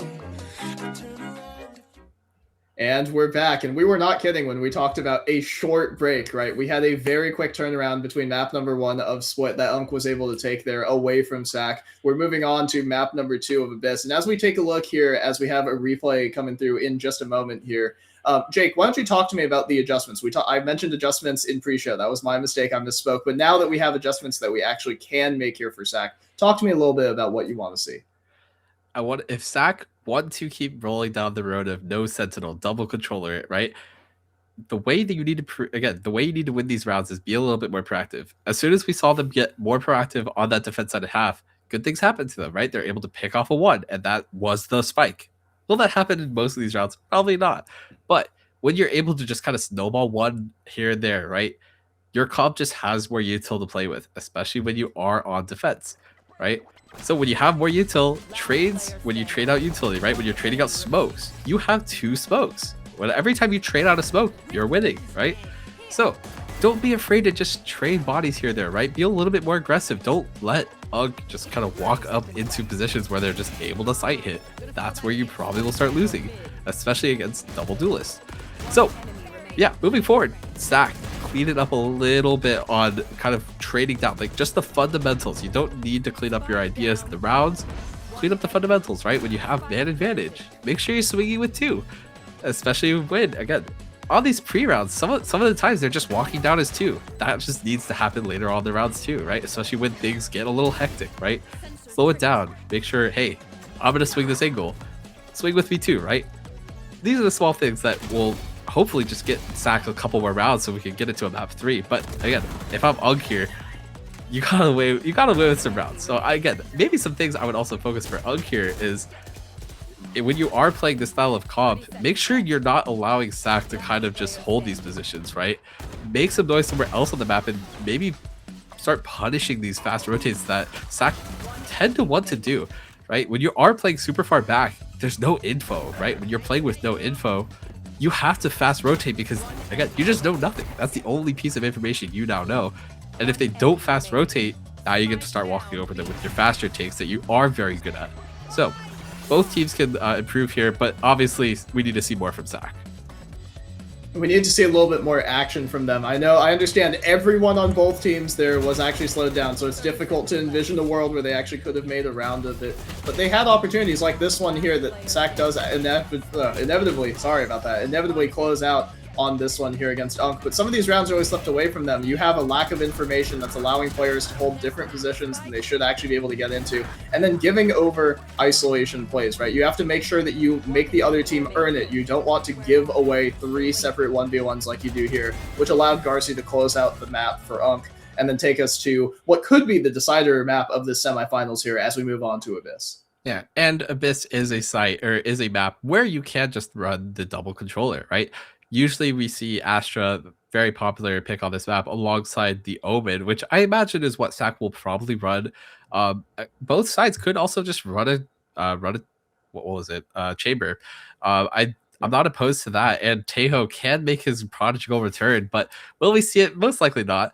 I am hoping, though, this is a really good map for him, especially in combination with Yoru. Both teams loved Yoru, and they were pretty good at it. I thought they had decent ideas. I would have liked to see them be more proactive around using their ultimates, but overall, again, use the characters you have and put them in good spots. So the really important thing for us to mention here, Jake, is that last map split, that was SAC's map pick. And obviously losing your map pick in the series is never going to feel good. You never want to allow the other team to feel like they have the upper hand in the position. Not only did they just win that one, but they're poised to take the whole series away from you unless you can steal a map away from them. SAC has chosen the attack side here to start on Abyss. What difference do you need to see here, not just from the comps, but in their approach? How can we show some more aggression here from SAC and maybe make UNC respect the hits a little more? Well, if you're talking about respecting the hits, don't just 5 up and hit sight off a round start, right? Work the map. Make UNC have to respect where you are currently on the map before kind of pulling back and re-hitting, right? Hold space and make UNC have to reinvest utility to trade, right? A lot of these rounds, I will say from both sides though, we are just seeing kind of both teams waiting for the sight hit and no utility being traded. As soon as you force the enemy team to start having to use util, that's util they no longer have for the retake. And that's what both these teams are kind of in reliance on, though it hasn't been working out. But again, we're going to go back to the comps here because that is kind of the focus. And SAC is moving away from the double controller, and they are opting into the chamber here alongside the double duelist. Neon is a very powerful pick that I feel like a lot of teams hopefully will start to pick up on. And for the side of UNC, they are kind of going the traditional, this is kind of what you could consider maybe like a couple months ago old. You have the Yoru, you have the Jet, very classic alongside the Sova. Both teams obviously running Sova as that is the de facto initiator here. Sadly, no Tejo, but that's okay. He'll make his return someday, and both teams obviously picking up the chamber. And it is important to note the role switches here for UNC. You have Optimus reprising his role as the initiator, but Armor, Evo Mega Knight, and of course, Garci had traded up on those positions a little bit. You see Sand swapping off from Omen to actually play Jet this time around, taking the role of entry away from Mega Knight. And this time he'll be playing Chamber. We've got Chambers on both sides, and we've got tons of information to roll with here as we move into map number 2 of Abyss. SAC with everything to do right now on UNC's map pick. If UNC win this one, they are headed to the finals in April. And if SAC win this, we go to map number 3. We go again. And my prediction will hopefully stay alive a little bit longer. Jake's prediction rests in the balance right now as both these teams get loaded into game here. Talk to me, Jake. What do you want to see from the first couple of rounds? So I actually want to just draw attention to the only difference in these comps, which is the Jet versus the Neon. If I am the side of SAC, when I'm attacking with this Neon, let Yoru make some noise, right? Neon doesn't have to just go off site hit, but that is one of her strengths, right? If she's able to just stall out, let her kind of don't have to use the energy at the round start, that's where she could really start getting into positions that are unknown. And that is exactly what we see SAC doing. They're going to have South kind of work up mid here, but he is going to run into an UG stack. This is a crazy 4-man push straight down, and that Headhunter is not going to find any value, but the Neon fast lane is going to find a ton of empty space onto that B site here. Mega Knight's going to work up, but it seems like he was spotted by Stixie, and he will swing back into the angle and get taken down. So that's man advantage for SAC, starting off exactly like number 1 did. Yeah, and this is a really good hold. South will be caught off guard. We'll see if he's away from Stixie, though. He should be. Oh, that hovered down onto the box, a little unfortunate. It felt like Stixie might have missed that first shot, but Garci's going to have a difficult time of it. They're going to move into a 3-man retake, but there's 3 SAC players on site, and there's not enough utility to dig them out of this angle, so Optimus is going to have to do some heavy lifting as he swings up onto this dice angle. Dart's going to be up high. Optimus is going to be ducked from it. That flash is going to allow Joshi to swing off the back of it. Garci is not landing these shots, though, and Joshi is going to Yoru diff him right now, so Armor is going to swing out late. Find the first shot. Randall's just sliding around, though. That Neon is so fast and so difficult to hit, it allows the rest of SAC to come back through, and that's 3 pistols now for SAC State across the 2 maps. And that's the strength of the the SAC comp. As soon as South makes contact with 4, you just see the rest of the kind of team just explode out B, and they know it's a free site. So now they can keep their util for the post plant. So again, that's what you want to see moving forward, right? You want to see kind of their Yoru in the chamber, work a little bit in the mains, maybe work mid a little bit before kind of just telling, hey, I just spotted 3. Go ahead and site take and trade out, right? That's what you want to see, especially moving on to these gun rounds. And UNC with a decent read on it this time around. They've actually got 3 players over towards the site. They've got actually 4 players ready for this hit coming through from SAC. And they didn't actually get too much information off of Mystic's drone here. It could give bad information. It could signal to UNC that they need to get a move on here. But SAC opting to take it slow as they did in map number 1. And I like the patience coming through on this anti-eco. Yeah, and UNC is playing pretty standard. You just see them kind of try to figure out where this hit's coming from without giving up their bodies. Obviously, you don't want to just kind of explore main and run into the outlaw that's most likely set up. So we'll see how SAC kind of address this, but again, no main pressure. We'll see how UNC try to deal with this, or if they just decide to rotate off, especially since there's no use or no information coming from B. That smoke is going to signal that Mega Knight most likely, or whoever is holding the site, in this case it is Mega Knight, will have a great advance angle here. If Joshi swings straight into this, he could be greeted with a headshot straight from this little head glitch. It's a really obnoxious angle to deal with here. Randall and Joshi are going to combine. This flash will likely be prepped. No, he's actually just going to see the shoulder, and the wallbang collat is going to come through on the Yord clone itself. Randall's going to be able to fast lane and swing past that angle, but Mega Knight has repositioned onto this close corner. The slow comes through, but it allows Randall the accuracy to take down Mega Knight. He might have over-aimed it if it weren't for that slowdown, and so we have a 4-on-4 now as SAC is in great position to close round 2. Yeah, and we'll probably just see UNC kind of group up and try to trade out as many times as they can here. South will find 1, though.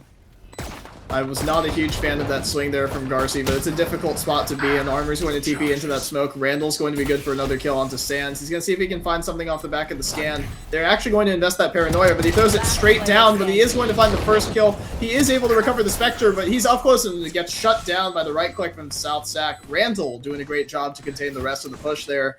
And if that one worked, things could have gotten really ugly, but SAC, same as before, 2-0 off the back of their pistol. Yeah, and again, not a bad eco round, right? You got 2. SAC also probably equally happy. They get 5 kills to get towards their ults. So we'll see how. Again, I want to see SAC be a little bit more proactive towards mid here, right? Maybe work some lines before deciding. Instead of just 5-upping, we'll see if how UNC try to punish it, though. I think that's the more important thing. If UNC don't try to punish kind of any early aggression, then it'll just be fine for them to take Evo on the early line, though. Well, that's that early aggression that you were talking about, Jake. But Sands greets South SAC, that lurker getting shut down real quick. And so the pressure that they saw outside of A is going to convince the rest of UNC they need to stick around here and investigate what the rest of SAC can be doing. Yeah, and these, I don't imagine they're going to want to hit A here. The Astra's way too far disconnected from the rest of the team. We'll see if they just decide to try to trade out bodies, though. But with this UNC hold on mid, there's not much they can do, in my opinion. I feel like they have to just try to reinvest towards mid, and a great drone will just kind of let them know what's up. Drone is going to have to clear out this one way that they've thrown for themselves, so it's not actually going to give them any more information up on main.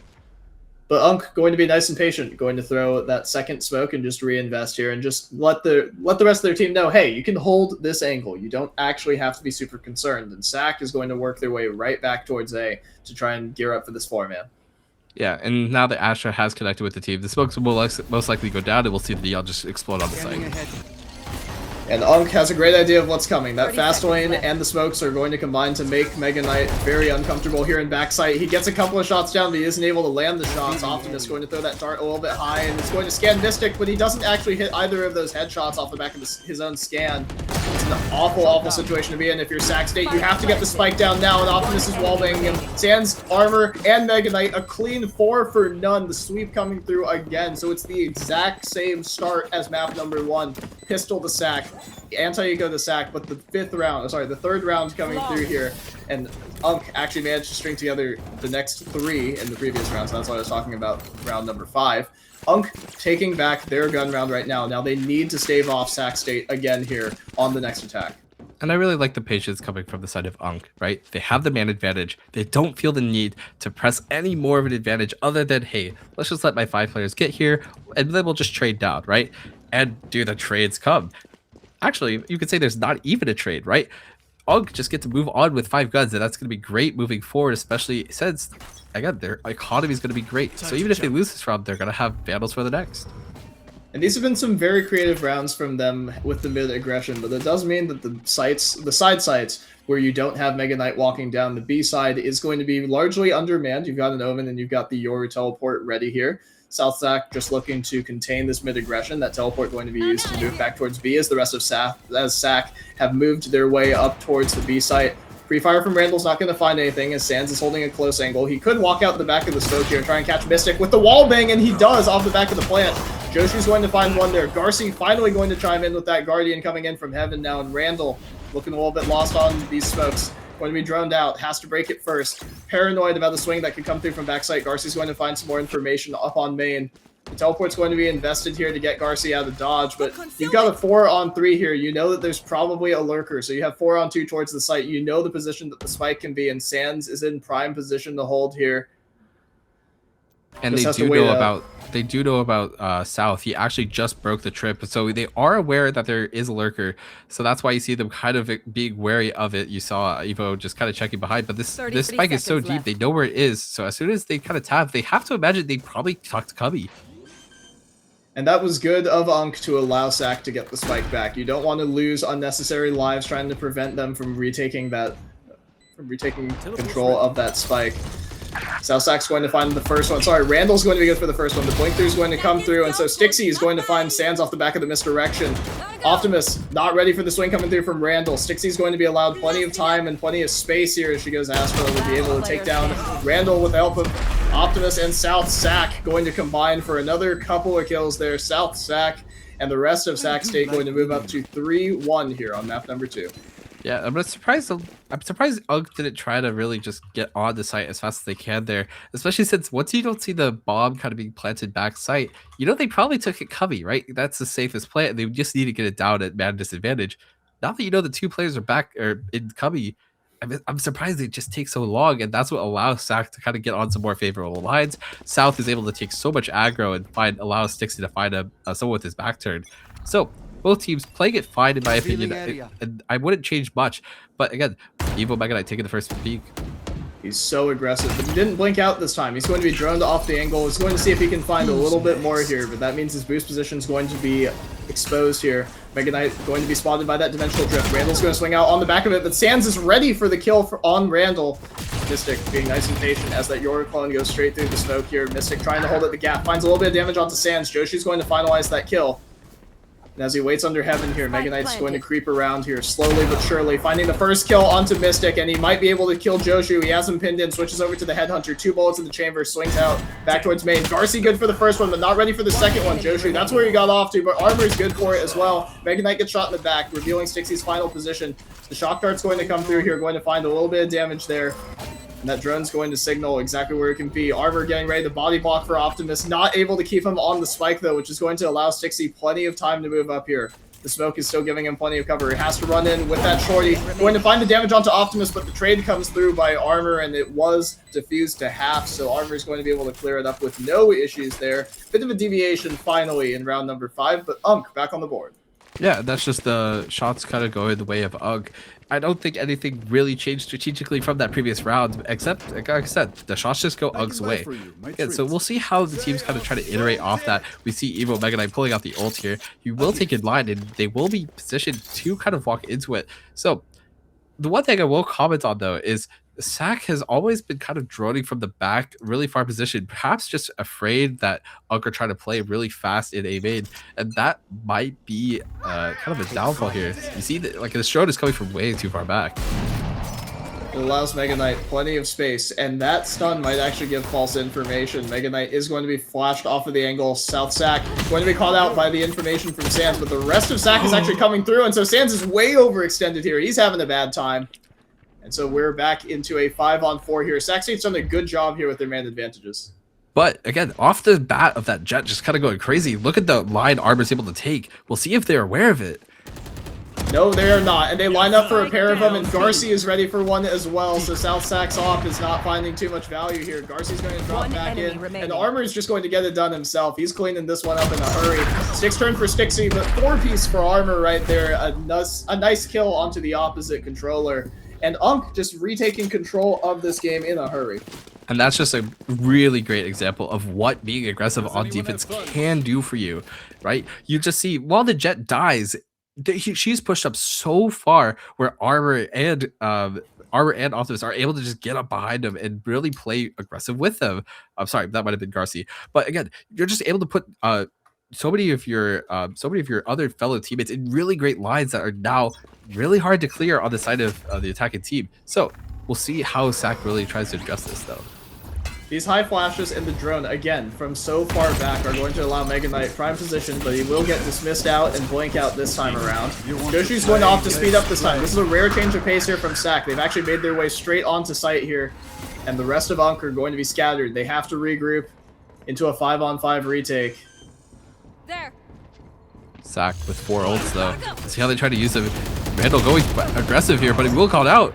Yeah, and the Armor and Mega Knight going to find a couple of kills going their way as well. South SAC not good for it. Optimus and Mega Knight doing all of the damage here. Would be up to Mystic and his Deagle, and he's not going to find anything more than the first Unk. A couple of shots went awry there, but they were able to close out and secure another 3 rifles carrying into the next round. They've rattled off a few here now. Yeah, and SAC feeling a little bit of pressure to take some space, right? They only have the site to really play off of, and I feel like, again, you have the ults to play with, especially 2 that are really good at a post plant, right? You have the Astra and the Silva ults. Astra less good, but again, could be used. Really play to that end game, right? And if you're on the side of Randall, again has the shotgun, but you also have the ult on an eco round. I'm surprised that's not kind of the idea going into it. Maybe that's some miscommunication, maybe that's some overvaluation of what a Bucky can do. But again, I don't hate how SAC's showing a faster side. You see Garci almost failing that jump there, but again, I think that alerts the player, that alerts SAC of where he is. I don't think... I was taking a look at the minimap while he did that jump, and no, actually, they were completely unaware as to Garci's position, but it's allowed Sands to get up into position of his own. Unless the smoke comes through, excellent timing. He might swing off the back of it. Doesn't find the first shot, but he's going to dash right back. We have another 5-on-5 retake, but that back is going to be turned from Armor, and South SAC finding a nice opener here. It's going to put SAC State up in the lead for now.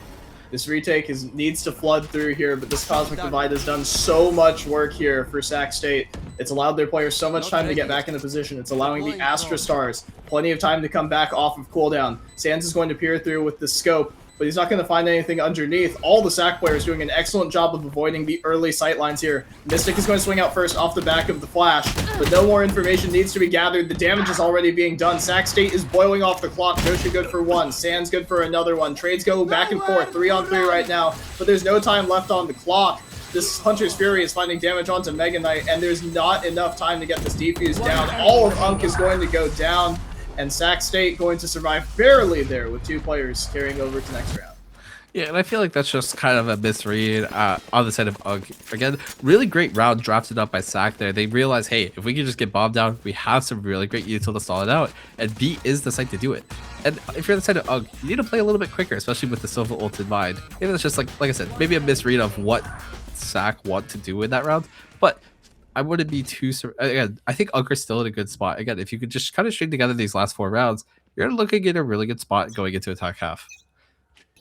And let's talk about maybe the kill numbers here in this case, maybe why UNC is struggling a little bit more. In the previous game, we had Mega Knight at the top of the table, and at this point in the game, he was already on double digits. This time on the Chamber, he's been contained very handily, and as he continues to walk down and show some more of that aggression, Stixie is able to shut him down, but they have inserted Garci, another hero from map number 1. Finds the first one onto Randall and gets the jump back, so the trade is clean and secured. We have a 2-on-2 situation here, and the map has been reset for SAC. But this, again, favors UNC, right? Chamber doesn't bring a lot of util outside of his TP, but when you're pushing past your UT or your TP, you're not really doing much. So him dying isn't a great deal. Taking down the Neon with her ult, that's a big deal, right? SAC's main way of kind of breaking these sight lines and getting through onto site is now gone. So we'll see how UNC try to treat this, but with both their duelists on the other side, this should just be a free site for SAC.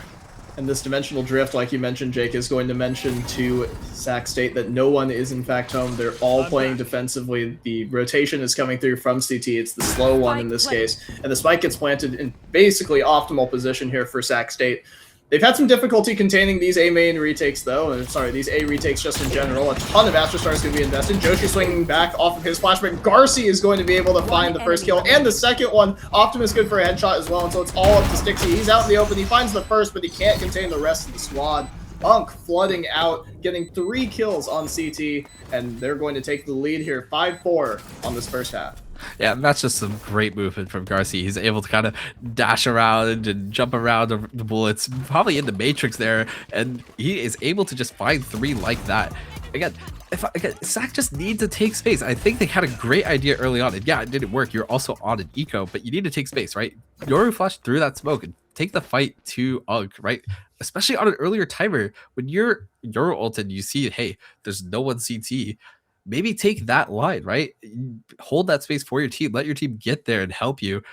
So again, while they had the right idea a couple rounds ago, they just don't continue it because they got punished. And again, you gotta understand, hey, this was the right idea. We just lost the fight.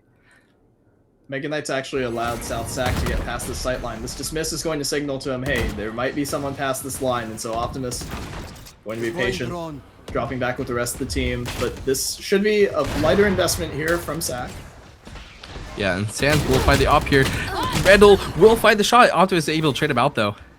Excellent work there to trade it back and equalize the man advantage. Even though that first shot went awry, Garci has a super deep line on B, and Mega Knight has all of the A space, meaning that UNC have a great idea.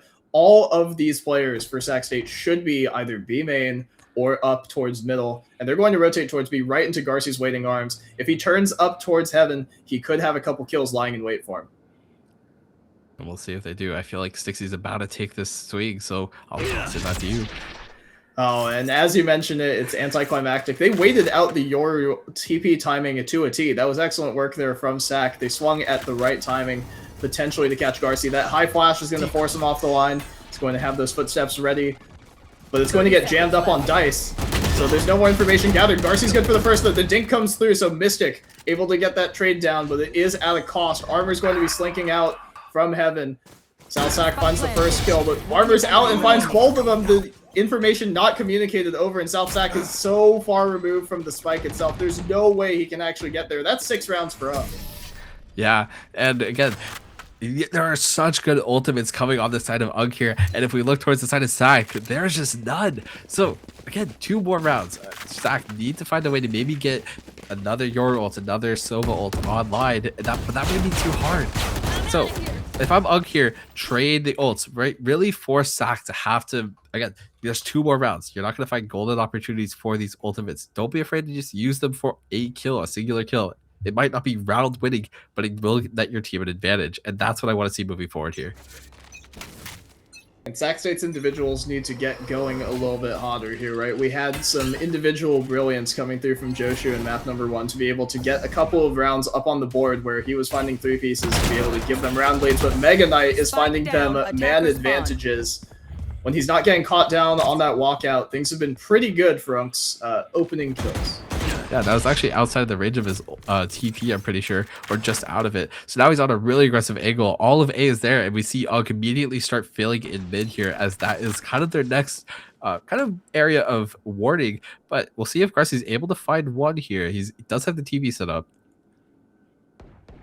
And you have to like the patience, right? Garci's going to get clotheslined right as I say it, which is going to open up the opportunity for SAC to make a run over towards this B site. There is the opportunity. Stixie does find armor, so now actually they have a man advantage even after having all the information. The Hunter's Fury is going to trace Joshu straight through that wall. Nice job by Optimus. We're into a 3-on-3 here so far. Sands is going to leg shot.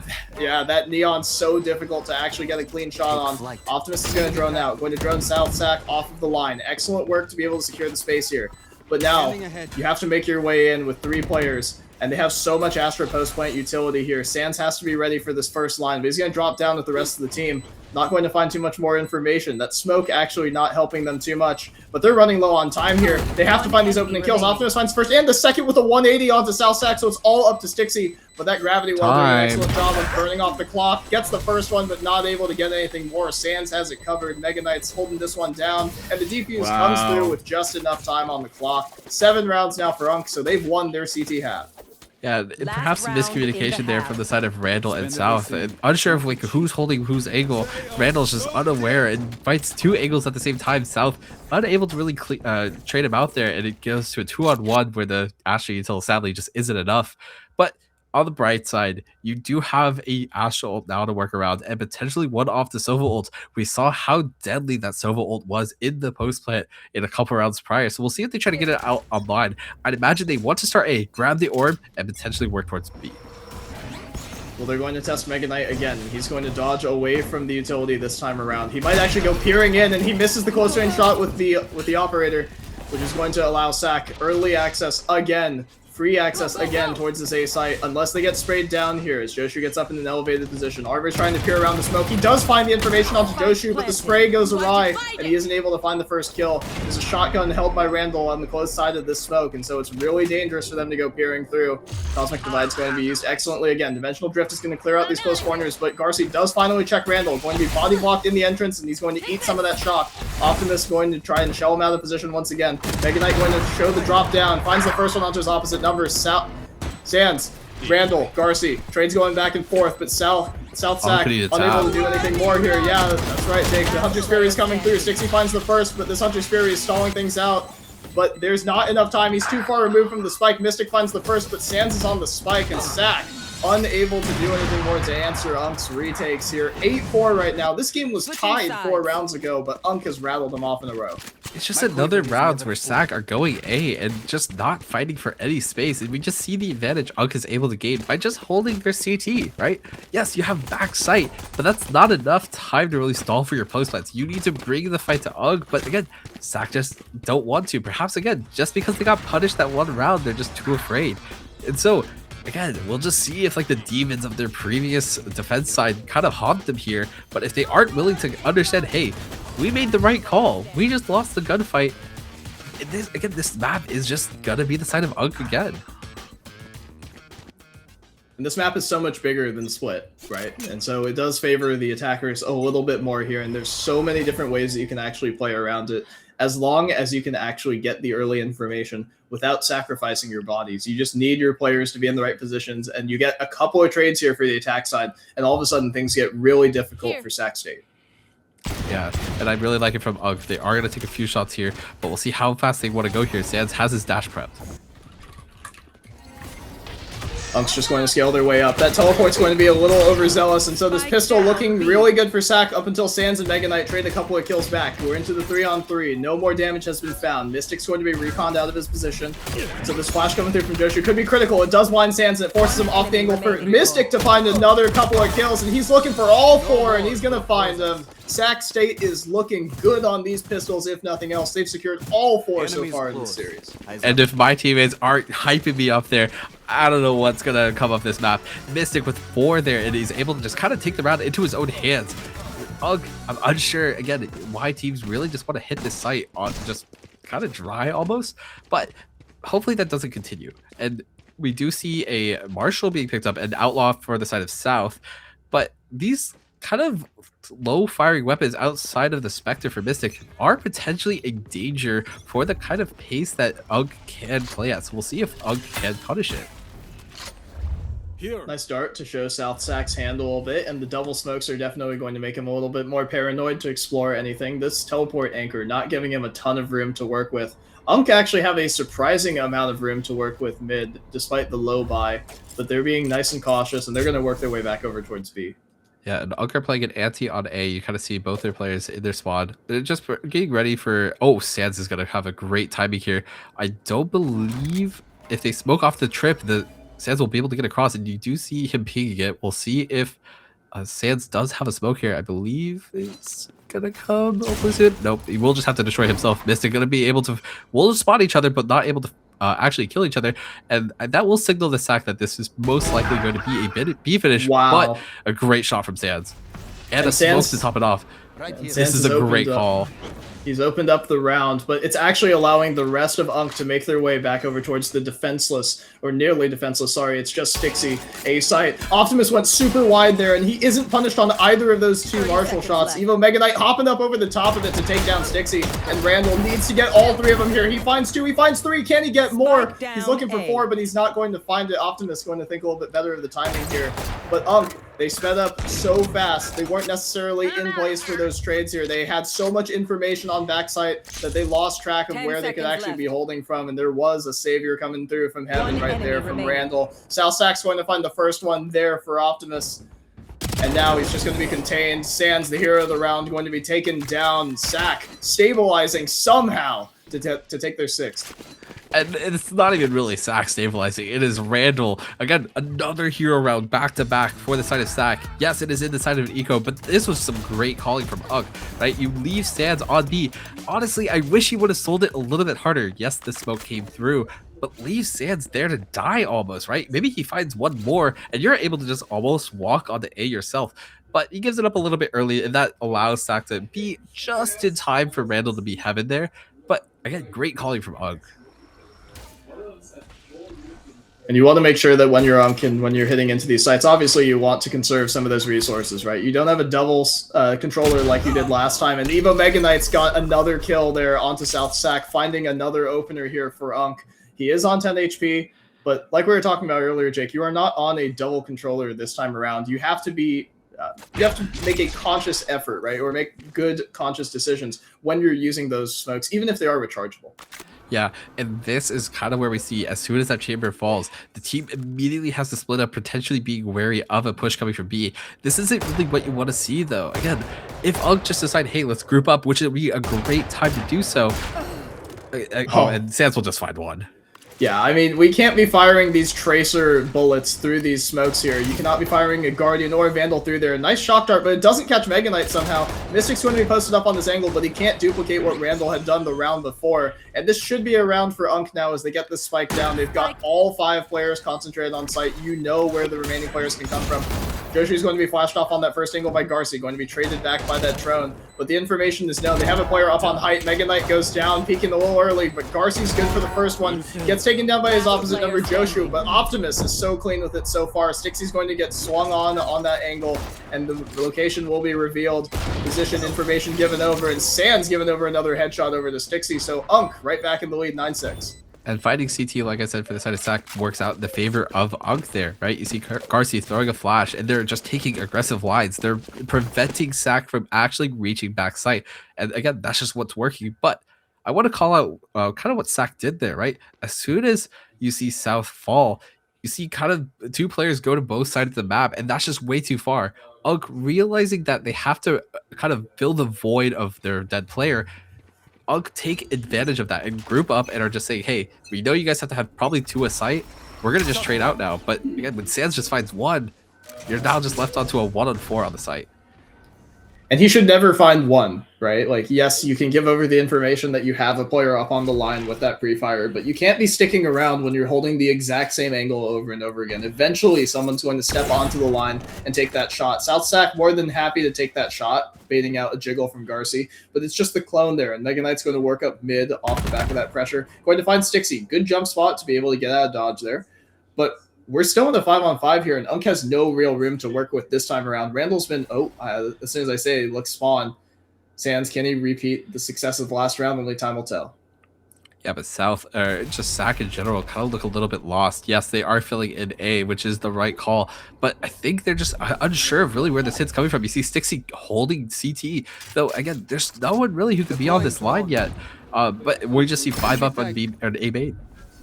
It's a good run by Mystic, because generally where Sands has been, the rest of UNC have been. There was just the 1 round that was an outlier. He gets past Randall's first line, though, but Mystic is good for the cover, so those trades are not coming through for UNC. Randall's good for it, and Mystic is holding down M1. Randall's got a pair as well, and Garci falls off the map, so we've got a 3-piece and a 2-piece right there. We've got a full house for SAC. They move on 5 clean right there to get their 7. And I wonder if the TP probably just fell off the map there. But, again, this is just kind of what happens when you're unable to find anything early, right? When SAC are able to shut down any of the early kills kind of coming through, UNC have a really hard time taking space. And I feel like I want to see them work mid, especially since if you destroy that chamber trap, right? If you're able to find 1, when you're able to trade out 1, you see the SAC response. Yes, they don't know for certain that 2 members are going to be per site, but that is kind of what a lot of teams will do in that situation. Oh, and that's impressive that Sands actually got past that smoke. He's going to pressure so heavily towards A side. Now we actually do have the potential for that mid split. He's actually going to dash down mid instead. Mystic ready to contain, but he gets the first one onto Randall somehow before that relay bolt comes through. So they're actually going to have a 5-on-2 crunch over on towards this B site. Sands is going to hop up close. Joshua gets the first one. Mega Knight's good for the trade there onto Mystic, though, so he's got his opposite number covered, and Armor gets another one there. 4-on-2 now. The position for SAC desperate. They're pulling back their stars. But it feels like the stars have aligned for UNC to get their 10th. Yeah, but Sands does have 1 life, so if he misses, it will most likely just be a kill over to SAC here, unable to be able to dash away. So it's like a kind of suit on 4-on-2, but it is possible for SAC. And an elbow was spotted there on Optimus's drone. He's going to move up, and he's going to get opt out of the round. Excellently done. Mega Knight in the open, but he's confident with the deagle. He's using it to get that damage down, and Stixie has to work up alone. Mega Knight re-swinging back into the open, giving Stixie an opportunity. Has all the stars left, but there's a one-way on the spike, and Stixie's going to think better of it this time. They're going to save the operator this time around. And UNC moving their way up to double digits here, as SAC is going to carry that expensive investment over to the next round. Yeah, and I think it's a bit of a misread there from the side of SAC. I think if you're going to post an op up anywhere, it really can't be there. Sorry, I'm not deep of a line on mid. I feel like so many teams are just happy to smoke it off and just work towards mid. But when you are opping, oh, sorry, he was A. Again, it's just a weird angle. You haven't really seen any early aggression on A. And even if you really put him towards mid, I don't know how good of a job it's going to do. So they do have to chamber trip mid, but again, just no one's really working that side of mid. I feel like, again, UNC are very happy to work towards B. And UNC have felt pretty content working the entirety of the map so far, right? That Hunter's Fury is going to be used very aggressively to try and find information, and it will find a bit of a tag there on towards the controller for UNC. But Sac State not finding as much off of that early ult investment as they would have liked to. It is a little more proactive than before. Sands is going to jump up, or he's going to fake the jump up there, perhaps trying to draw the crosshair from South Sac. But he's actually been pretty patient. That dart is not going to scan him, but it will reveal that there's no one up on that early angle, and UNC going to move back over towards B off the back end of it. They're speeding up in this 3-on-2 situation. Garci's Drift is going to find nothing here on B site until he spots Joshu here in this close corner. Going to relay that information over to Mega Knight, but he's going to be pinned in. There's a player dice. He has to blink out, and he finds the first one onto Garci anyway, unprepared for that early peek. Stixie's going to take down Sands, so this is one of the better positions SAC has found themselves in until Optimus tries to equalize it. we're in a 3-on-3 situation here, and the spike hasn't actually gone down yet. We've got a bit of a pause as the spike goes down the second time around. Yeah, and Evo Mega Knight, we'll see how he can do here. Blinks out. Excellently We'll done find there. And Randall. and that body block actually goes the opposite direction. He was ready for Joshi to be at an elevated position, but the flash actually goes opposite direction here. Mystic finds a trade kill onto Armor, but Mega Knight has to be the point of contention. Mystic is good to take down Optimus, meaning it's all up to Mega Knight. He has no more bullets left in the mag, so he has to switch over to the Headhunter. He finds the first one, and he's holding for South SAC, but he swings around with the shorty, and so the hero play is prevented there. SAC State moving up to 8 rounds off the back of that chamber kill. A necessary round if they want to stay in this one competitive. Yeah, that's a nice idea from the side of UNC, right? You saw the dart kind of go A, right? And it did pull a little bit, but I think the Euro ult was a little bit too quick. As soon as they kind of hear, hey, Euro ult's coming through B, the jig's up, right? You know that most likely the bomb is working B now. I would have liked to see UNC take their time, let it, yes, the time will get a little bit lower, but you just showed so much pressure towards A, you don't need to immediately just kind of show that it's a fake. So again, nice ideas from both sides, but SAC are down a Sova ult. That was crucial. And again, yes, they won the round, but that Sova ult wasn't used for anything really, other than just say, hey, like we got a Sova ult. Look at this change of pace coming through here for UNC. They're actually showing all of their people up in these positions. Sans is going to dash straight into the wall. Optimus is going to find a double kill on that Hunter's Fury, but Randall gets a shot back onto Sans. He's going to slide out with that overdrive, and Joshi is in maximum overdrive right now. He's finding those additional kills. Garcia getting the trade kill up on the Randall. The spray is wide, but Joshi controls it.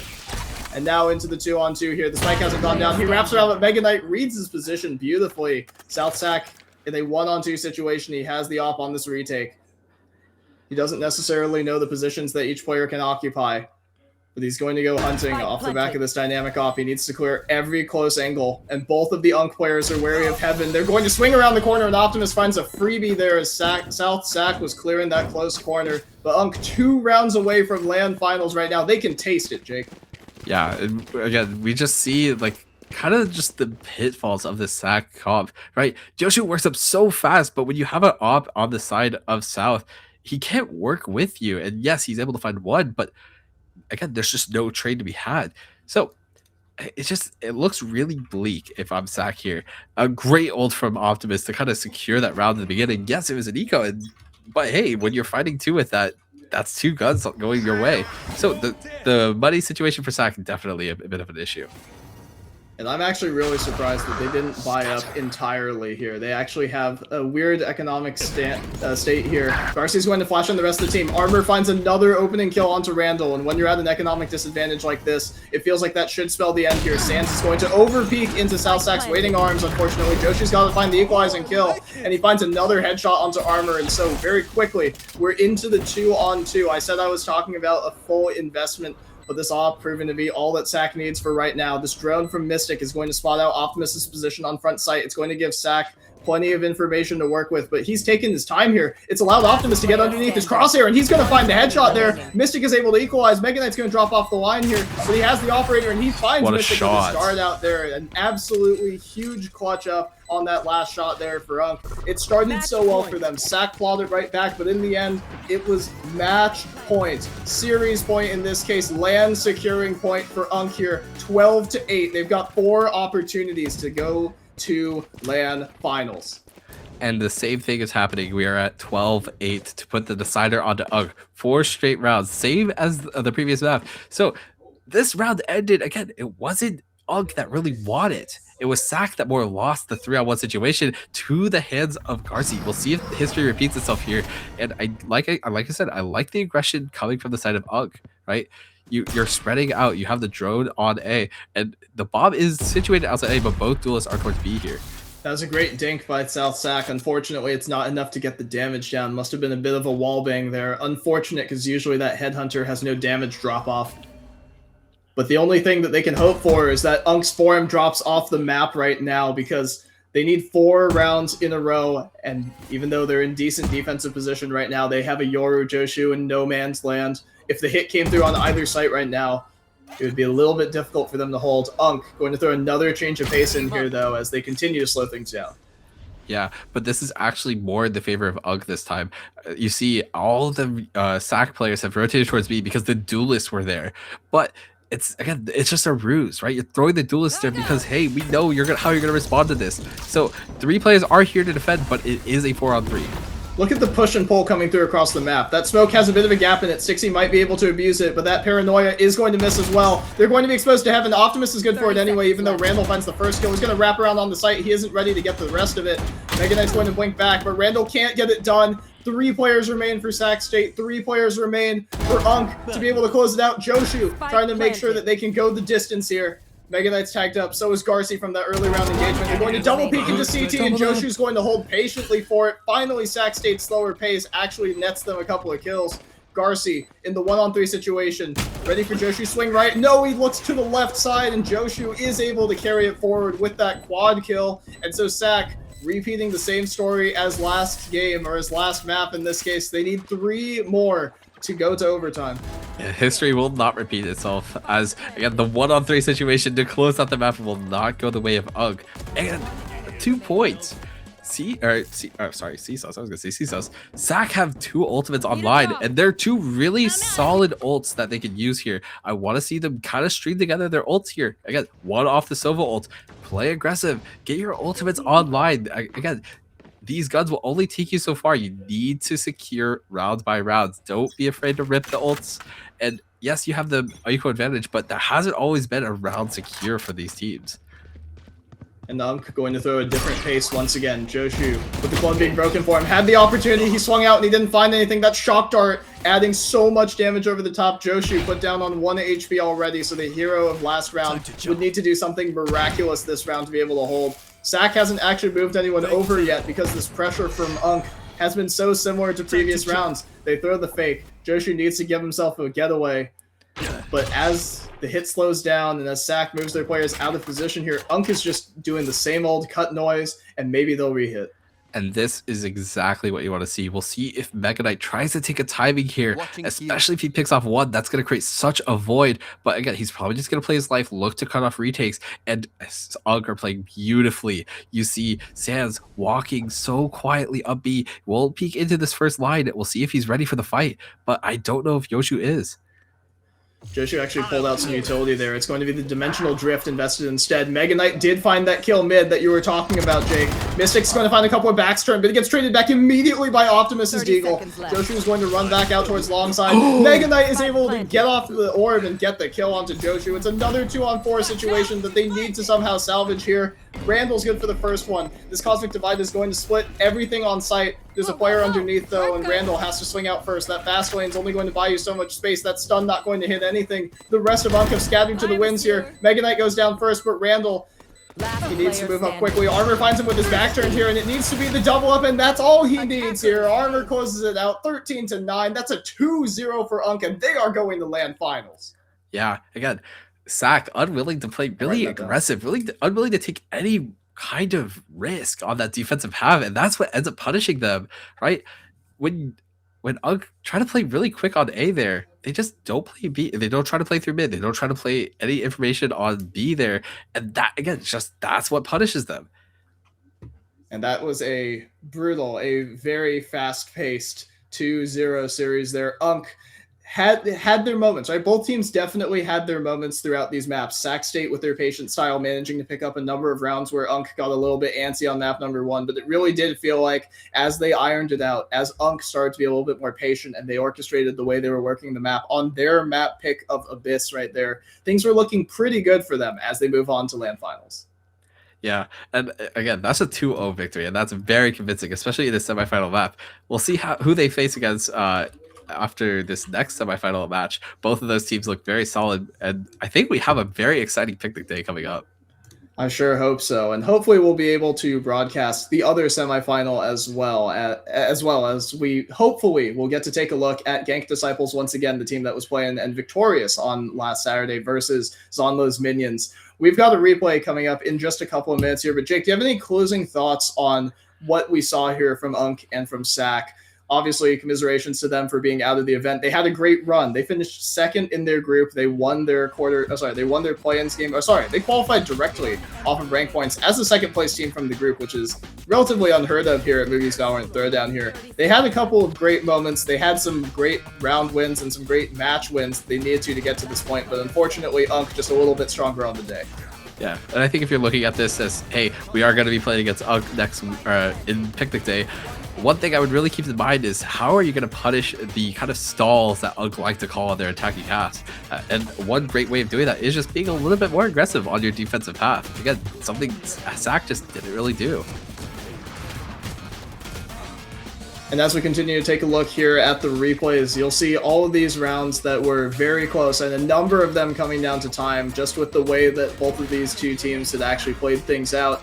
A lot of damage going through on both sides, and unfortunately for SAC, the rounds that they won were very costly. They were losing tons of their players every one of these round wins they got. Obviously, you will trade your dollars or your credits for the round wins any given time, but when you're losing rounds in not very competitive fashion, right, and you're allowing UNC to build up this economy, they get to do whatever they want the rest of the game. Yeah. And again, it's just, that is exactly what you see. Yes, SAC actually secured both pistols and I believe both ecos, so it really was just the gun rounds coming through for UNC. I want to call a big props to Mega Knight there. I mean, hands down, probably the star player in those last couple of rounds, able to just find some crazy kills regardless of the weapon he had. A lot of them coming from pistols, especially on split early on. But it's just, yes, you lost on SAC. I think the main takeaway would be you just need to play a little bit more aggressive, but overall nice showing from both teams. Yeah, they did still have their fair share of hero moments here. Even though Joshu got shut down that round, we'll probably see his 4K coming up a little bit later here. Sans finding a number of huge openers, really ensuring that SAC defenders were having an awful time going through it, navigating all the different attacks that he was throwing at them. Mega Knight, like you were talking about, Jake, the hero of the hour, managing to find multi-kills. And these flashes for Joshu, a little bit subpar, allowing Mega Knight to really work off the back end of it. Thankfully, South SAC was able to close that one out, but from there, UNC really took command of the map. Yeah, and these last couple of rounds literally just came down to Chamber versus Chamber and Sova. And again, it's just, yes, you're just, there were some fights coming from SAC, but just happening too late. Again, Yoshi has like a great round here, but unable to secure the next eco round. Randall just caught looking, unfortunately, in the wrong place there, and Arbor is able to secure the last two. And with that closeout of the rounds, that is the closeout that we have here of the semifinals. If you're still itching for more Valorant gameplay, though, we've got Valorant Masters Santiago action coming up this weekend, and I'm sure our good friends at Riot Games would love for you all to be there taking a look at all of that. Jake, have you been watching a lot of Masters this time around? I know we were talking about it in pre-show a couple of weeks ago, but we've had quite a few games going on since then. We've got some great teams and some great games still left of the event. Yeah, I'm gonna call out two teams real quick. G2 look really amazing, but they usually always do look in form, especially around this time of the tournament. Sadly, it just looks like they're not gonna be good enough almost to face against kind of these top tier teams, in my opinion, which are Nongshim, and I really want to call it Nongshim. Nongshim look really good, specifically on Abyss. I really like the way they play it, and if you are looking for strats for that map, you can definitely just check out any of their matches. Well, that's a bit of a sell there, but we've got our top four, right? We've got our upper finals coming through here on Friday, or just coming up tomorrow. Actually, we have Nongshim taking on Energy. We've got the Americas team actually making it there right now, so that should be a very competitive, very interesting upper final at 10 o'clock tomorrow. And at 1 p.m. Pacific, we've also got Paper Rex taking on G2 to see who the winner of that match is going to be taking on the loser of the aforementioned Nongshim Energy series. With the finals coming up this weekend, lower final on Saturday and the upper and grand final, apologies, on Sunday. So, Jake, 4 teams remaining, like we had here at Moogie's Valorant Throwdown. We also had 4 teams remaining. Well, now only 3 are left standing. Give me your take on who's making it out and who's going home tomorrow for VCT. Ooh, it's going to be rough. Sadly, as much as I like to shill G2, I just don't think they got it against Paper X. Paper X look very much in form, and I feel like they've always been a bit of a struggle point for G2. As for Nongshim versus NRG, again, just have to hand it to Nongshim. I think NRG look a little bit shaky, but again, that is a champions roster, and if any roster is going to do it, it's really stringed together the last hurrah almost, as if you were to say, in this last week of Masters, it would be NRG. So my predictions, Nongshim will take it. G2 will unfortunately not take it, so it'll be Paper X Nongshim. Nongshim will take it from there, and then we'll get a rematch in the finals, where I do think NRG might take it in the finals. You think Energy is making that all the way back? I do believe so, Okay. yes. Well, we'll see if your America's faith, or your faith in NA, is remaining as strong as ever afterwards. We've got 2 Pacific teams. We've got 2 America's teams making their way into the top 4. Excellent stuff there at Valorant Masters Santiago. Be sure to tune in this weekend. You will not want to miss it. But as far as Valorant content goes for us here at Moogie's Valorant Throwdown 2026, presented by Xfinity, ASUS Republic of Gamers, and of course, Gen G, we've got another semifinal for you guys coming up. Hopefully, I believe, sorry, can I get a check on that one again, Alex? On Sunday. This Sunday, we will have Gank Disciples taking on Zonlo's Minions after Master Santiago Finals. So if you haven't gotten your fill of Valorant, we'll be sure to give you more of it over this weekend. But for now, that's all that we've got for you. I've, of course, been Takeshi Kawada. This has been my good friend and co-caster, Jake Gustafsson, and we are signing off for today. Have a great rest of your evening, and we'll see you guys over the weekend.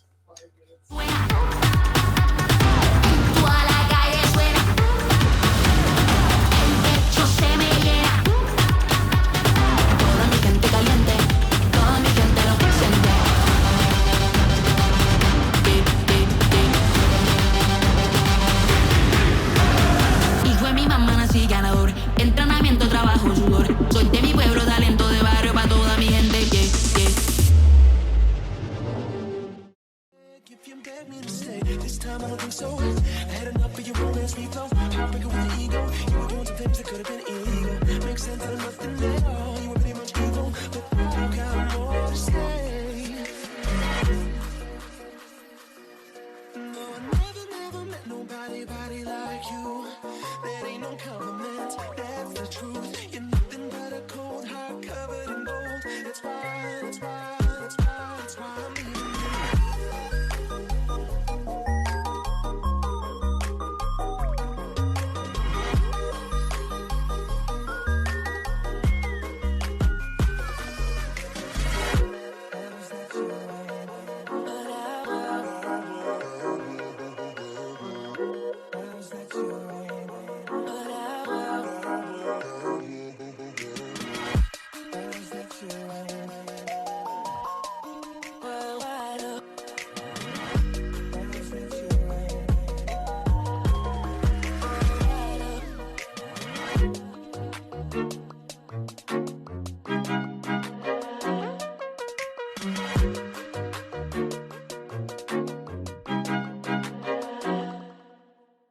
Oh, looky here, I am burning again.